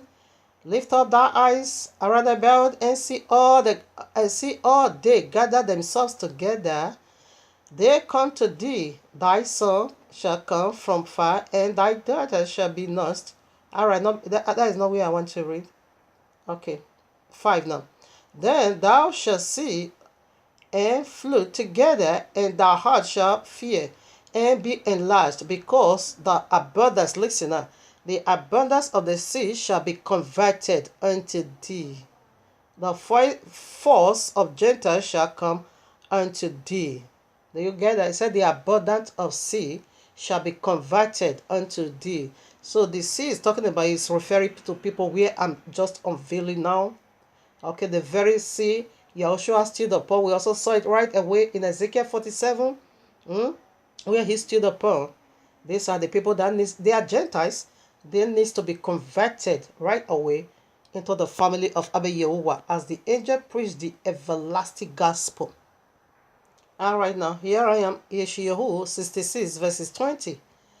Thy son, okay, shall be, thy son shall no more go down, neither shall thy moon withdraw itself. For Yahuwah shall be thy everlasting light, and the days of thy mourning shall be ended. Okay, and thy people also shall be all righteous. They shall inherit the land forever. The branch of my planting, the work of my hand, that I may be glorified. Okay. I wonder. I supposed to read 66:20. Yeshayahu 66:20, but I was just reading 60:20. I was wondering, this is not where I'm going to. All right, now I read now. Yeshayahu chapter 66 verses 20. And they shall bring all your brethren for an offering unto Yahuwah out of all nations, upon horses, and in chariots, and in letters, and upon malus, and upon swift beasts, to my holy mountain, Jerusalem, saith Yahuwah, as the children of Israel bring an offering in a clean vessel into the house of Yahuwah. You see, they all is coming from far. Who are the Malu, wherever? They are angels. Just as we see already in Matthew 24, 29 to 31. This is the job of this angel. This is the, angel, the Ruach HaKodesh is spreading as a water into waters, okay, to purify, to get you ready. As we are going back to the Holy Land, we are not going to take a normal flight. Angel is going to fly you. That is the rapture. That is the ascension. Okay, and bring you now. He said, as an offering, you are going in a clean vessel. Now you are being clean. The Ruach HaKodesh is already cleanse your inner being. Now you are meant for eternal worship. As the angel, we also see the other pair. Angel is coming out with everlasting gospel to preach unto them that dwelleth on the earth. You see, so this is the movement of these last days. Is powerful. All this prophecy as it have been fulfilled. It is the prophecies of the last days. Okay. Here I am, Yeshayahu chapter 2. And the word that Yeshayahu, the son of, I go for 2. And it shall come to pass in the last days, this is the time we are, that the mountain of Yahuwah house shall be established in the top of the mountains, and shall be exalted above the hills, and all nations shall flow unto it. And many people shall go and say, Come ye, and let us go up to the mountain of Yahuwah, to the house of the Elohim of Yaakov, and he shall teach us of his ways, and we will walk in his paths. For out of Zion shall go forth the law, and the word of Yahuwah from Jerusalem. Horrible Shandaya Baba. And he shall judge among the nations, and rebuke many people also, and shall beat theirs. Okay, right now, that is what I want to prove. You see, holy worship is on its way coming. Powerful service of Abba Yehovah as of the days of the old is on its way coming. But this is going to be done through Yahushua. That's why the water starts with him. And this is the mystery of God. God is not ugly. It's wonderful. Wonderful worship as God is on his way coming. Wonderful worship as God. Praises, service as God. Purified. It's on its way coming. We are being purified. People that's going to, come into eternal kingdom with Yahushua. These are the ones that is already been purified as gold. Do you know the process God went through? This is gold. The menorah, the last lampstand in the temple of Yahuwah is pure gold. I'm going to read it in part 2.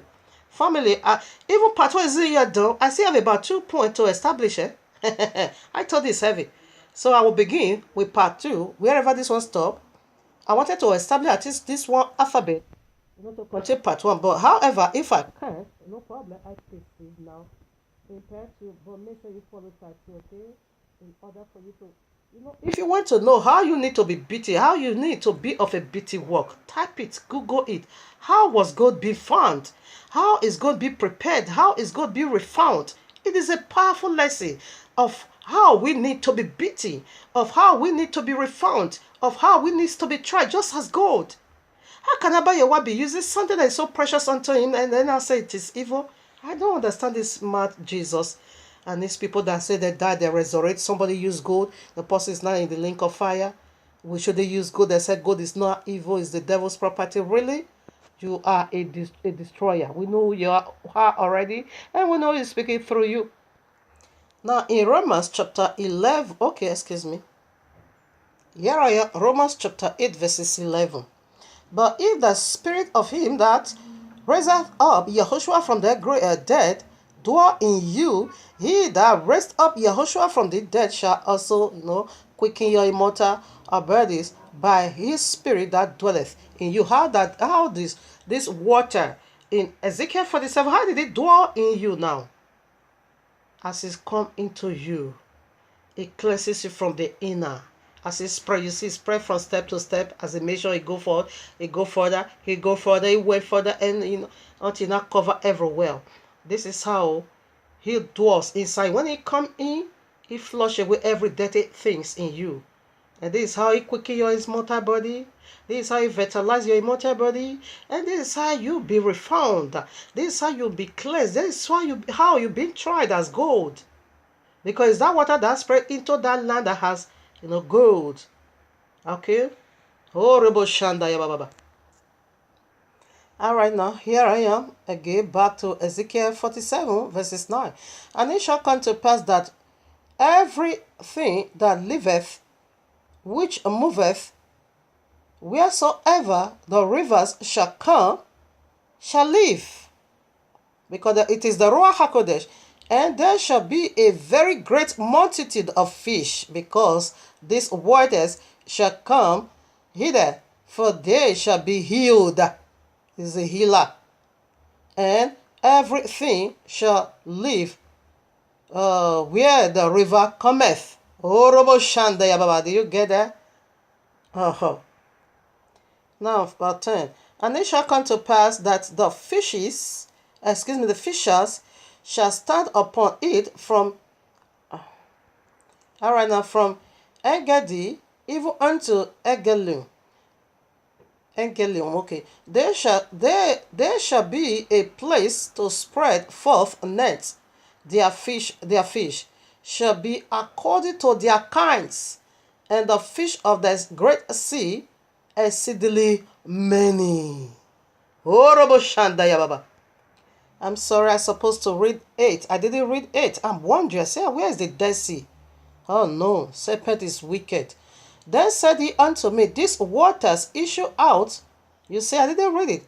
It just drag me to 9.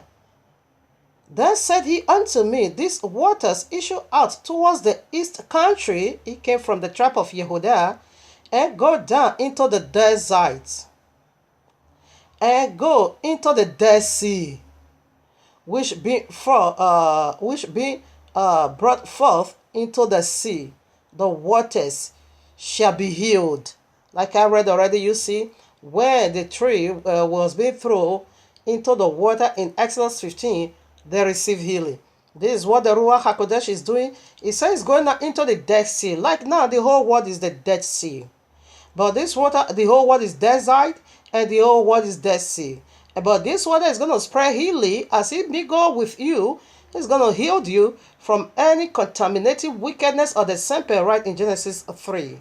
It is the movement of the last. It is oxen and it is powerful. It's coming from the east country. It's coming from the tribe of Yehudah and spread now to the four corners of into the Dead Sea, because the whole world is desert now, and the Dead Sea also. Yes, the whole world is dead. It's dead, okay? So family, I'm going to end over here because I want to really deliberate on this. I want to make more elaboration on this because the fish is of a great word that my leftover time won't be enough for me, to establish it. This is the leftover part of this very word called gold. We're almost done with the first alphabet, but we still have 2 points to go. We'll talk about the Dead Sea. I will talk about the fish. No, we still got 3 points to go. We'll talk about the sea. Oh, the Dead Sea. I think this one is clear unto you already. The desert is the whole world. The whole world is desert now. It's wilderness now. Serpent turn it into wilderness. Okay. Maybe I will also talk more about it. And now the Dead Sea. It is the people. Okay. We are all dead now. But the river keeps spreading already. Okay. You see the water now is going into the Dead Sea. That Dead Sea represents all of us, except Yahushua, the tribe of Yehudah, the other 30 tribe, the Gentile world. It is all of the Dead Sea. We are all dead. But you see now the water. So wherever that water goes, everyone is healed. So I'll make more liberation on it in part 2.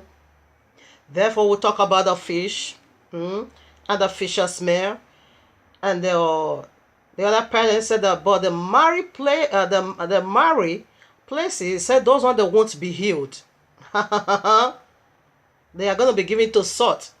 So we'll deal with that in part 2. So right now we are done with this very session, because if I have to go on, it's going to shut me down. I still have about 3 points, especially one heavy point to hit on before we proceed into the second lecture of this work called gold. So I'm going to hang up over here and begins now with the second clip. Family, make sure you listen to part 2, because a message always comes for a reason. Okay? Oh, hey, hey, hey. Oh, oh, oh, oh. Hey, hey, hey. I'm proudly say this. This is who I am. My true identity. This is real me. My eternal ID. This is who I am. Yahudah Israel from the royal tribe. This is who I am. Now be Yahudah Israel is not a religion. No. It's not a denomination. No. It's not a title. No. But eternal nationality. This is who I am. Here we go again. The royal law is not a religion. No. But eternal nationality. This is who I am. Here we go again. The royal law is not a religion. No, no, no, no. But a sweet divine fellowship of Abba Yehovah. Aloha of you they want, of I am that I am. This is who I am, to the glory of Yah. This is who I am. Here we go again. Orobo seya, inarabayanto lobo, inderekesiye boyande, norokoskele bo shantala, nabo seyerebo. This is who I am. Proudly say this. This is who I am. Now the rise of Yisrael. Norobo Shanta, Naribo Yando, the elect, the Ya elect, Orobo Sikayabo, Narabayanta Labe, Noroko Sikayabo, the very elect of Ya, Nashanta Labo. We are made for signs and for wonders. We are made for signs and wonders. In Robosekeya, Narabayanto Boseke, Nerekoshinta Labe, Nerekosinto Labe, Narakayanto Labe. Hear me one more time. This is who I am. Nereboseya, Nereboseya, Nerebo. Yeah, oh, this is who I am. Nereboseya, Nereboseya, Nerebosey. Hey, Masundia, Yereboseya, Mama Soye, Nereboseya, oh, yeah, Noroboseya, Nerebosheya, Mahanta Labekia, Narabo, oh, here. This is who